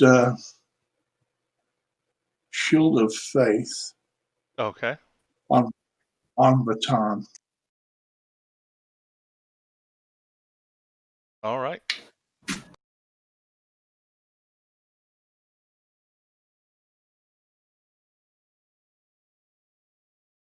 And then go ahead and pass the tracker. So you have a +2 to your AC for Tord. 10 minutes. Okay, I'm gonna try to use vicious mockery on them because they look really weird. Yep. But they don't care. They're rats. Completely unaffected by your vicious mockery. I'm gonna give bardic inspiration to Capissa. All right. And I collapsed my class features, so all right. And that's my bonus action. That's all I can do. Axe. Can I shoot an arrow at it from here? Sure. Still undercover, right? Yep. Right.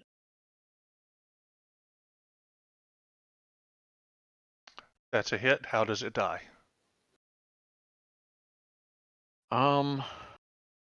Yeah, the arrow just lands right behind the ear, just takes it down. All right. So with that, the last of the cranium rats are dead.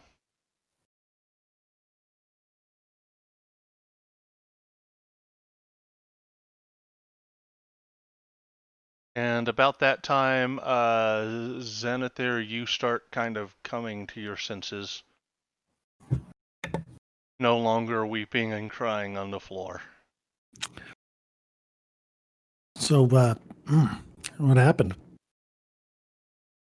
Brain rats. Of course, brain rats. I should have known brain rats. Mm-hmm. Yeah, that sounds about right. Ooh, Anyways, excuse me. I got another message from my friend who said that I am now his. But I think he's posturing. I'm going to believe that he's posturing. Because otherwise, I'd just curl up in a ball and cry. He is rather possessive. Do you even know his name? No idea. It occurred to me, do you religious types, is this a thing that happens? Is this like a religious experience I'm having? I imagine the gods might gift you with sight, but I don't think it's often accompanied by blood dripping from your nose and ears. Right. Okay. Oh, that makes me feel special. Okay. Then. All right. So, did you find anything else in here? Aside from brain rats? And We then I searched the, kick one of the rats. Xanareth, Yes. there is a name bouncing around in your skull that you don't know where it came from, and the name is... Hold on, let me... It's bigger so I can actually read. Thiliosk. Thiliosk. Yep, I will type it in the Fantasy Grounds chat so you can see how that's spelled. Appreciate it. It is spelt with. Oh, goodness.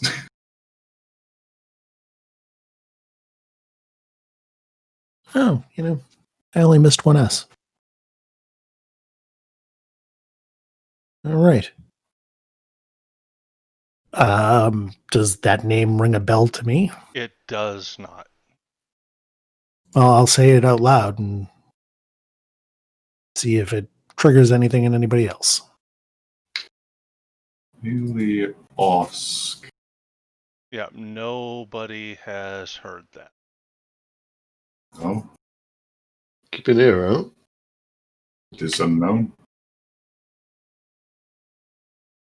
If I keep that word in mind, does any of the symbology or anything seem to at least seem more familiar? No. No. Yeah. Yeah, you. Well, that you word you just, said opened the door. You just get a sense that that is the name of the being you keep seeing. I figured as much. All right. Hey guys, what would Hey. happen if you toss one of these dead rats in this pool in here? I mean, I'm why always not? up. Yeah, I'm up for experimenting. Capissa will nod and, using his trident, sort of like skewer a rat at the end before hoisting it over the edge of the pool. Xanareth is going to stand back. Nothing happens to the rat. It just bobs up and down on the surface of the pool.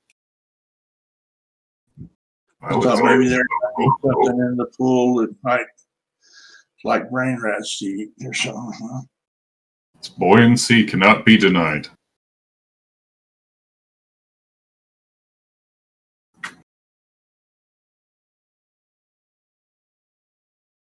Is there anything else lingering in this room?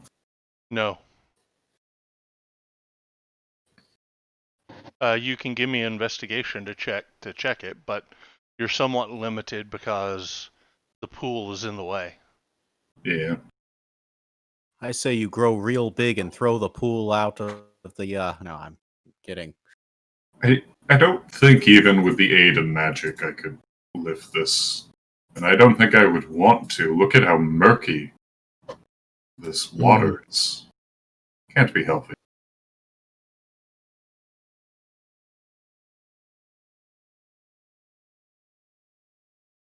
The water actually looks fine. Just looks like ocean water, just briny water. Oh, okay. This water looks fine. Look at it. Yeah. There is one really odd feature about it. There is a dead rat floating on the top of it. Actually, that is pretty weird.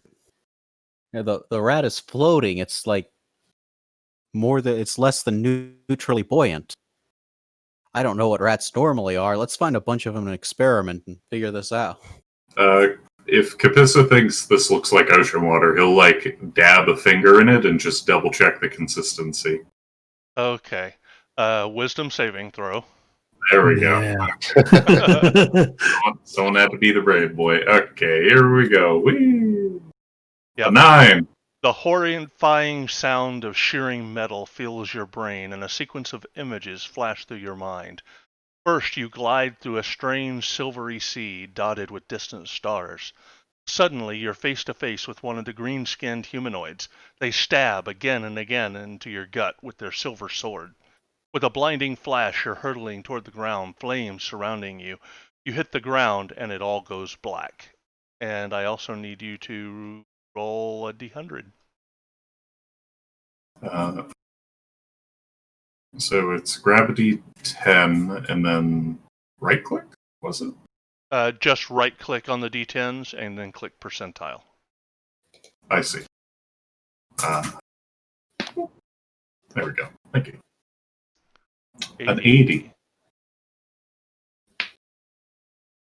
You just, as you're sitting there and you come to, you guys watch in horror as he plucks the rat from the briny water and just chomps down on its head and starts eating away at the rat. And let's see, how long does this keep up? You will keep eating rats for 6 minutes. Unless you guys stop him before that. I mean, I am going to attempt to stop him. Am I cognizant of this fact? Like, do I have a sudden, uncontrollable urge? Yes, you. Or am I like blacked out? You experience an overpowering urge to eat something strange. In this case, dead rats. I've never we've seen a rat before.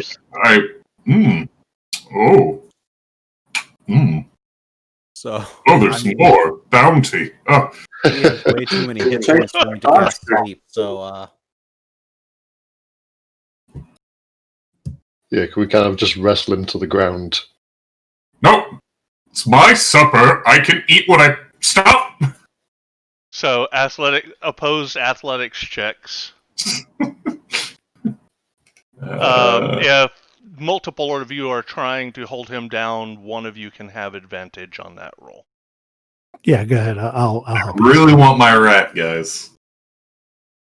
Who's rolling? I thought Vatten was gonna, or maybe Bax. I can do it, but it's probably not for the best. I can help. I'm really heavy. Okay. Okay, rolls me off. Yep.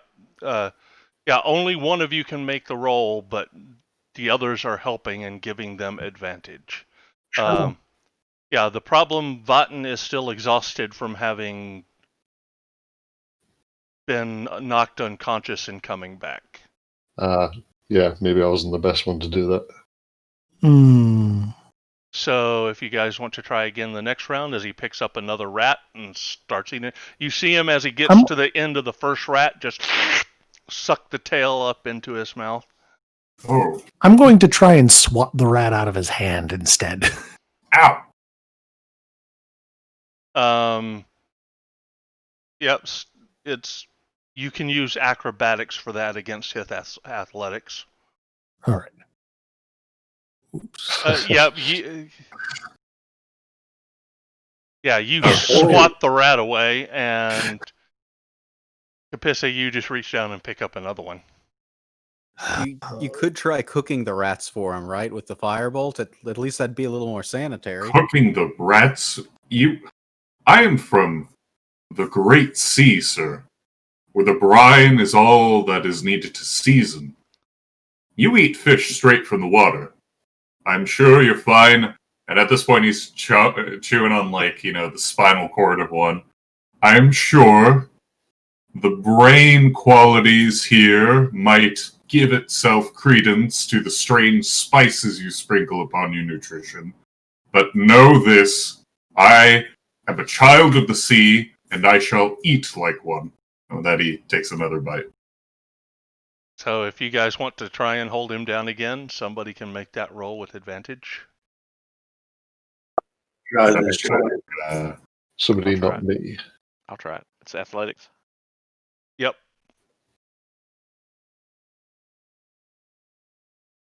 Man, he's just going to town. What did you have advantage from? I thought you said roll with advantage. I did, so I don't know why I'm asking that question. I'm just following your orders, sir. I just suddenly remember now. All right. So, Capissa, you can make. Oh, you got an 18. So Yeah. you're unable to restrain him as he eats rats. You guys try for a while, and about 6 minutes later, he finally comes to himself, and you realize you're sitting there eating rats. How do Vermin they? covered in disease. So not good. Correct. You can make a Constitution saving throw for me. Felt that coming. I would love to. 14. It starts to come up a couple times, but you're able to manage to hold everything down. Maybe best if you just let it out. You know, these rats. I wish someone would have told me they are more akin to a dessert. I think I had too many too quickly. At this point, he throws the rat to the ground. Oh, You do distinctly remember, though, the vision that you had. I apologize. I don't know what came over me. I remember seeing a strange flurry of madness. The darkness of the sky, like the deepest ocean. The strange green-skinned elf, like the one we fought, stabbing me, and the vessel here falling like a ball of fire. And then I had a sudden urge to feed. I apologize if I caused you concern. I'm not myself at this moment, though I think I'm fine. It just sort of goes quiet.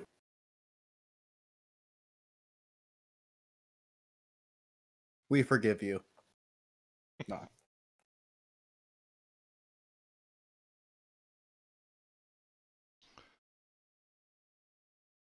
Anything else you guys want to do in the ship? All right, let's not touch the water. I feel like there's got to be something here. Did we check the body of the person in the other room? I feel like we probably should have done that. You guys checked the body of the Green man. the green elf. All right. Can I look under the thing again to see if there was anything else besides the rats? There is not. More rats. Ah. Oh, I shouldn't have provoked them. Is the water clear enough to see all the way through it? It already was. It's never. It hasn't changed any. It's just salt water.